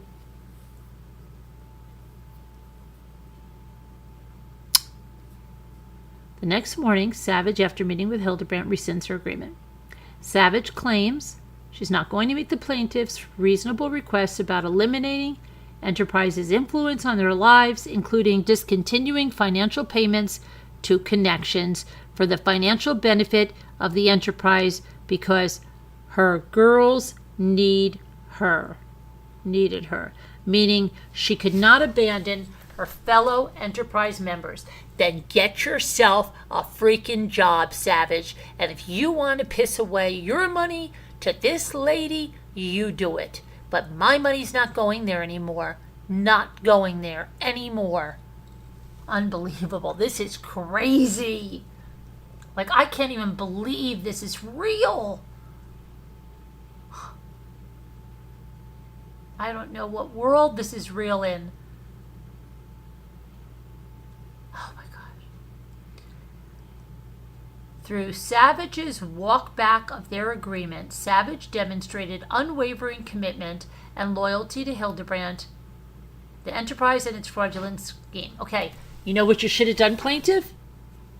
About face, back to what you said, file for the freaking divorce, and get the custody of your child. Put on that recorder, record the crap out of this woman, okay? Oh boy, you are just unbelievable. Around this time, Savage had also coerced the plaintiff to meet with a social worker Ted Garun under the threat of divorce. There's no more threat. You want the divorce. Savage confirmed under oath that she threatened the plaintiff with a divorce if he did not attend counseling with Garun. At Savage's insistence on September 22nd, 2016, the plaintiff met with Garun. Shortly thereafter, on or about September 28th, Savage threatened the plaintiff that if plaintiff did not consent to the disclosure of his records, oh my gosh, there you go. There you go, plaintiff. You're done for now. Of his records from his meeting with Garun to Savage, she would not permit the plaintiff to see EJT. You don't need her to permit anything. Oh my gosh, I can't with this ignorance. I can't. Oh my gosh. I want to shake people on it. Upon information and belief, Hildebrandt instructed Savage to utilize this manipulation tactic to keep the plaintiff attached to the enterprise through Savage and EJT. Oh yeah, because we're living in truth. This is what we're doing. Plaintiff did not consent to the disclosure of his records from his meeting. Notwithstanding the lack of consent, Garun knowingly violated the HIPAA. Oh my. I can't handle it. I cannot handle this. I can't handle this. This is too freaking much for me.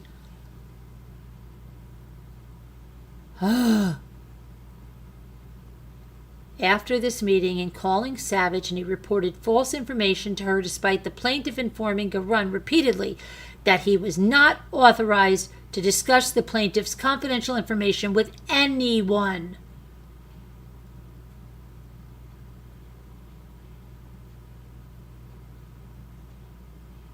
Garun provided all of the plaintiff's records to Savage. Garun, despite the plaintiff telling him that he was not authorized to do so, he also falsified the plaintiff's records. Well, you should be in a frickin' prison, Garun, to make it appear the plaintiff had given consent to his disclosure. Savage later released these confidential records in her divorce proceedings with the plaintiff, even after the plaintiff informed Savage multiple times that she had obtained the records unlawfully, as described above in relation to Steed and Bateman, encouraging enterprise members unlawfully disclose private counseling information and misrepresenting that information to defame enterprise's victims is a tactic employed by the enterprise to keep control of its members and victims. Sick. Savage further understood her commitment to Hildebrandt and the enterprise in a message to the plaintiff after he filed for divorce on October 6th. Savage texted the following message, in which she described as her dying declaration to the plaintiff. I know there is no way to change. If you avoid the pain or shut down from feeling it, people who enable you to not feel the consequence of your actions don't really love you. That is what I did when we lived together, you lying sack of crap, Savage. The most loving thing I've ever done for you is to separate and no longer enable you. The pain is what makes us strong enough to never commit this sin again. I know we will never have the strength to change unless we feel the pain. I give it as my personal opinion that I believe you haven't really felt that, because I've seen you shut down from feeling pain, and I haven't seen that you felt the joy of repentance. This makes me sad. I know what joy is waiting for you, and that you have chosen not to enjoy.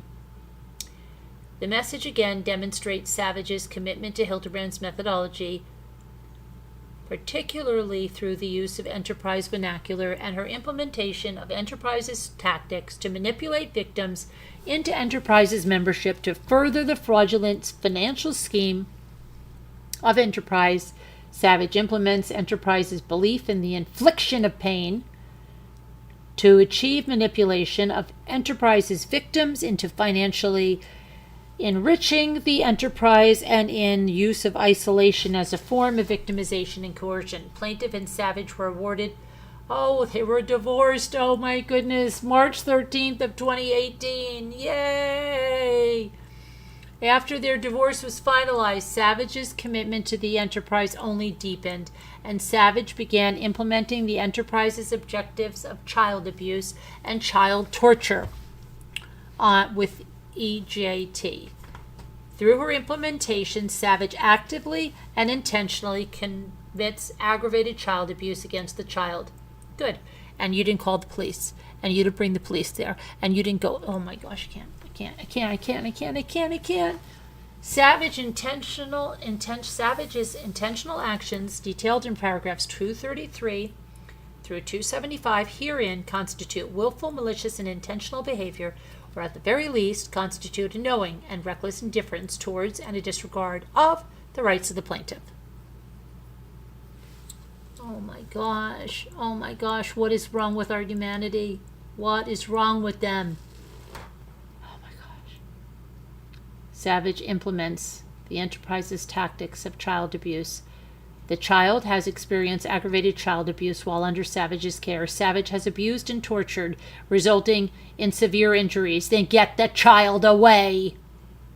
Infliction of aggravated child abuse and child torture is a central tactic of Hildebrandt's methodology and a main objective of the enterprise. In 2017, shortly after the plaintiff filed for divorce, in October of 2016, the child began returning from Savage with unusual injuries, including, without limitation, a laceration spanning the child's entire right hamstring, a large, dark bruise inside her thigh, a dark purple bruise over a whole toenail, and a long laceration on her chin and neck. Did you take the child to the hospital? Did you get it documented? What did you do? Nothing? Good. Not good. For plaintiffs and the child's safety, plaintiff and Savage's parent time exchanges occurred at a police station. On September 30th, the child returned from Savage with a large bruise next to her left eye. Concerned about such a drastic injury, the plaintiff sought police intervention immediately following Savage's drop-off. When asked what happened, the child told multiple police officers that Mommy did it. Responding officers were concerned enough that they called the DCFS workers to investigate. After this, Savage instructed the child not to talk about your injuries, lest Savage be investigated by the police. Savage ignored a court order that required her to discuss with the plaintiff any injuries to the child within 48 hours and later confirmed under oath that she violated that order. In Savage's abuse of the child, she exhibited adherence to Hildebrandt's methodology, physically abused her child, and then refused to provide any information to the plaintiff about the abuse, and then punished the plaintiff for attempting to protect his child from abuse. Okay. Like victims 1 and 2, the child exhibited evidence of malnutrition, which the plaintiff addressed with Savage on February 2nd, Groundhog's Day, 2018. Plaintiff communicated to Savage, isn't that funny? It's like right around this time. The past 5 or 6 times I picked a child from you. The first time she goes to the bathroom, her urine has been very dark. Can you please make sure she is sufficiently hydrated when she's with you? Savage, no response. In the fall of 2018, the child sustained bruising under her right eye while in Savage's care. Savage told police that the child fell on a banister while unsupervised. Dr. Jeffrey Pennon, a board-certified pediatrician, later treated the child, indicated that children are not normally injured near their eye. In November of 2018, after being with Savage, the child had a large bruise on her hip with a laceration through it. Later on November 17th, 2018, the child video called the plaintiff from Savage's residence in extreme distress. During the call, the plaintiff observed that the child had large bruises around her right eye, her right cheek, underneath her left eye, and underneath her lip. Plaintiff immediately requested that Savage allow him to take the child to seek medical attention to see if she sustained a brain injury. Savage refused to see a medical provider, claiming the injuries were not serious. Really? What did you do? What did you do there? You just let it go? You did. Great. Savage later testified in custody proceedings.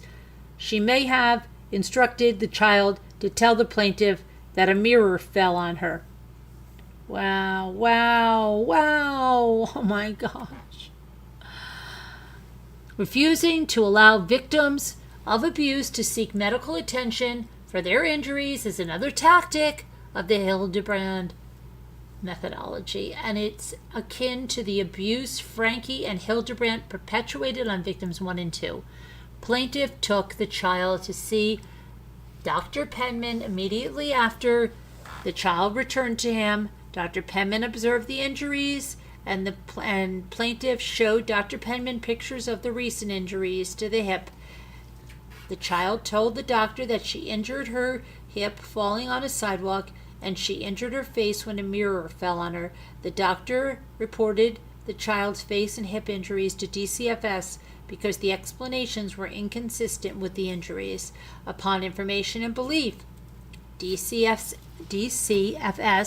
contacted Savage about the child's injuries. There were numerous inconsistencies between Savage's explanation of the child's injuries and Dr. Penman's professional assessment of the child.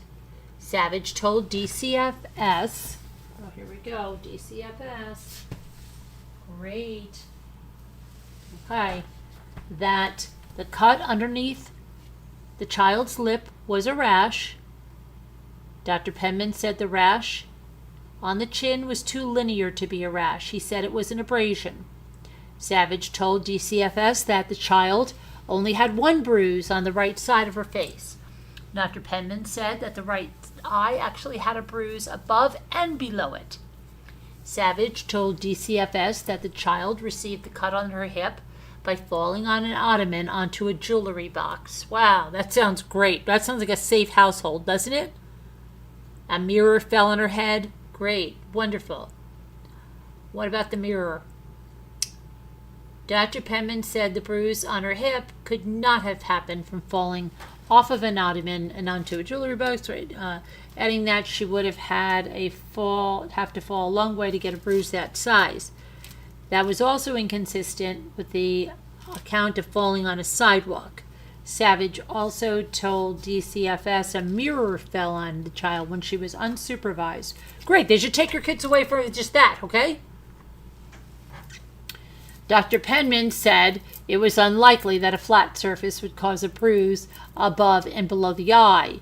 Savage told DCFS that the mirror weighed 20 pounds. Oh! I can't with this woman. But later testified that it weighed 60 pounds. She would be dead! Oh my gosh. Dr. Penman testified that the allegation that the mirror caused the injuries was inconsistent with what he observed. And Dr. Penman told DCFS he has been a pediatrician for a long time, and none of the girl's injuries were in typical areas that a child gets hurt. And so many injuries at one time was very concerning. Only weeks later, the child returns from Savage with a welt on her forehead, which Savage covered with the largest type of Band-Aid, adhesive bandage, when she sent the child over to the plaintiff. Dr. Penman's colleague, Dr. Benjamin Greenfield, treated the child. Dr. Greenfield told the plaintiff that whenever the plaintiff is concerned about abuse, he should contact DCFS and have the child seen by a physician. In November of 2019, the child returned from Savage with a goose egg on her forehead and a laceration through it. The plaintiff immediately took the child to the emergency room. The ER physician recorded that the child stated she was playing on some large rocks and she fell forward and bumped her head. She said she's unable to tell us what happened. On February 2020, the child returned from Savage with a large dark bruise covering nearly her entire upper right hamstring. The plaintiff took her to the emergency room. Oh my gosh, this is so crazy. The emergency room physicians contacted Child's Justice Center, who instructed the hospital to report the injury to DCFS. Given its size and location, medical providers could not determine if the child has a recollection or is inventing a story about her injuries, saying bruising is not consistent with what she's saying, and bruising on the child's upper buttocks or lower back is not consistent with falling on a sidewalk. Savage never denied that the injuries occurred while under Savage's care. Under Utah Code, Savage has committed aggravated child abuse against the child. Savage's physical abuse of the child continues to the present. Specifically, Savage has returned the child to the plaintiff after being in Savage's care with dark bruises and cuts on the child's thigh, wrist, cheek, and temple. Savage also returned the child to the plaintiff after being in Savage's care with a severe sunburn, which is particularly relevant and alarming given Franke and Hildebrandt's torture, victims 1 and 2, involving prolonged and forced sun exposure in severe sunburns. Further, immediately after plaintiff informed the domestic court post-appeal of Savage's egregious domestic conduct, Savage returned the child to the plaintiff after being in Savage's care with a large bruise on the cheek. Upon return from Savage's care, the child was acting strangely, included hiding in her room and crying while not providing a credible account to the plaintiff regarding why EJT was sad. Plaintiff later discovered Savage physically assaulted her after Savage's domestic conduct was revealed and blamed the child for its disclosure. Because of this emotional and physical abuse by the child by Savage for years, the child adamantly objected to returning to Savage from the plaintiff. She would cry, scream, and hide in the plaintiff's home in order to not return to Savage. The child would claim that she hates seeing Savage. When the child was a toddler, she would cry and be so inconsolable at times.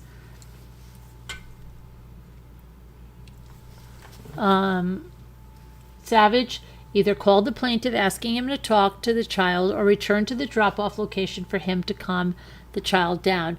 At other times, the child would attempt to hit Savage and scream at Savage at the top of her lungs, demanding that Savage leave. This reaction by the child is similar to reactions recorded in Franke's journal of victims 1 and 2 and correlate to the enterprise instructions to its followers to physically and emotionally abuse children. Oh yeah, prayers for Jay's surgery in the morning. Yeah, please let everything go well, dear Jesus. Amen. Yeah. And good night, Bucky. Yeah, have a good day yourself. Let us know what goes on. This reaction is so similar to the reactions recorded in Franke's journal 1 and 2 and correlates to its followers to physically and emotionally abuse children. Oh my gosh, I can't. We've got a lot more to go through, but you know what? That's about all I can take for right now. I can't. This is, oh my gosh, this is so annoying. I'll finish it tomorrow. What a nightmare.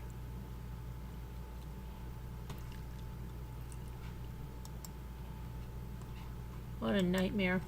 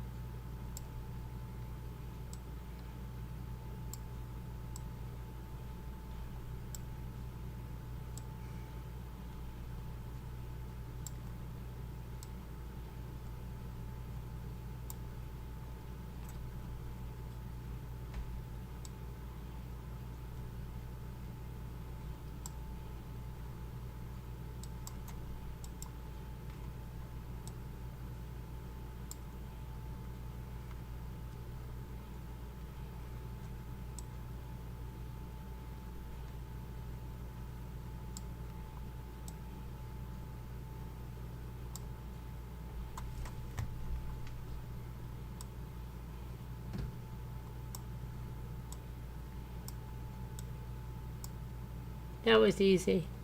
That was so easy, right? That was so freaking easy. It wasn't even funny how easy that was. Uh-oh. I forgot. How did we miss this one? How? How did we do that? How did we do that? How could it already be the 5th? How could it already be the 5th? How did we miss Groundhog Day? What were we doing on Groundhog Day? This doesn't make sense. It's a conspiracy. I don't get it. Well, how was it? How did that happen, Kevin? This doesn't make sense. That does not make sense. I didn't miss any days.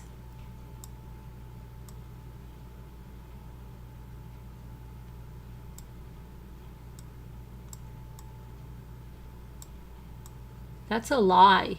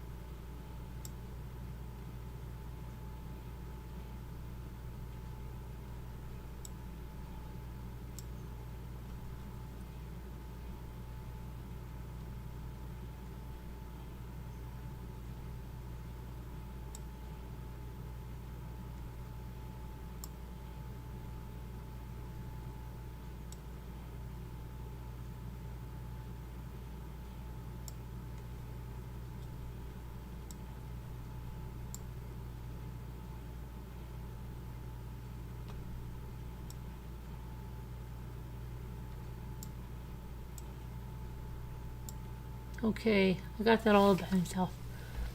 You were here all day on Groundhog Day. I don't understand. How did we not do it? It doesn't make sense. That doesn't make any sense. That's a lie. That's a lie. It's a lie. It's a lie. Sorry, it's a lie.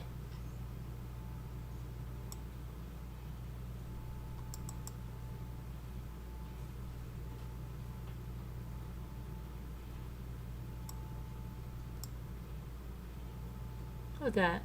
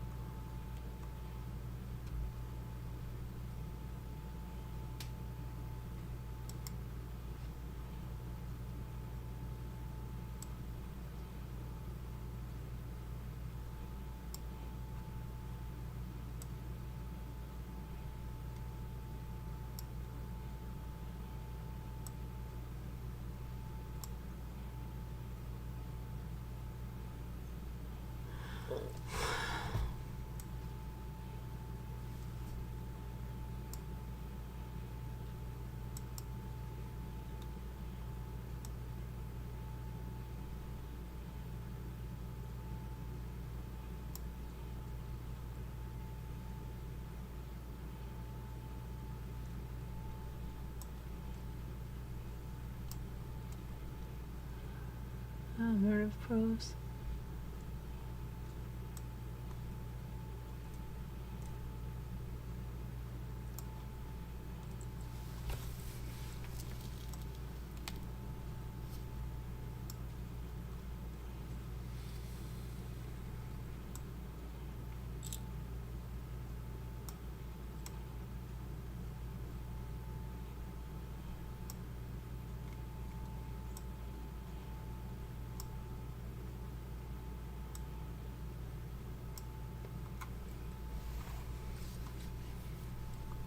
I think I did that one. Murder. So it's just an extra word.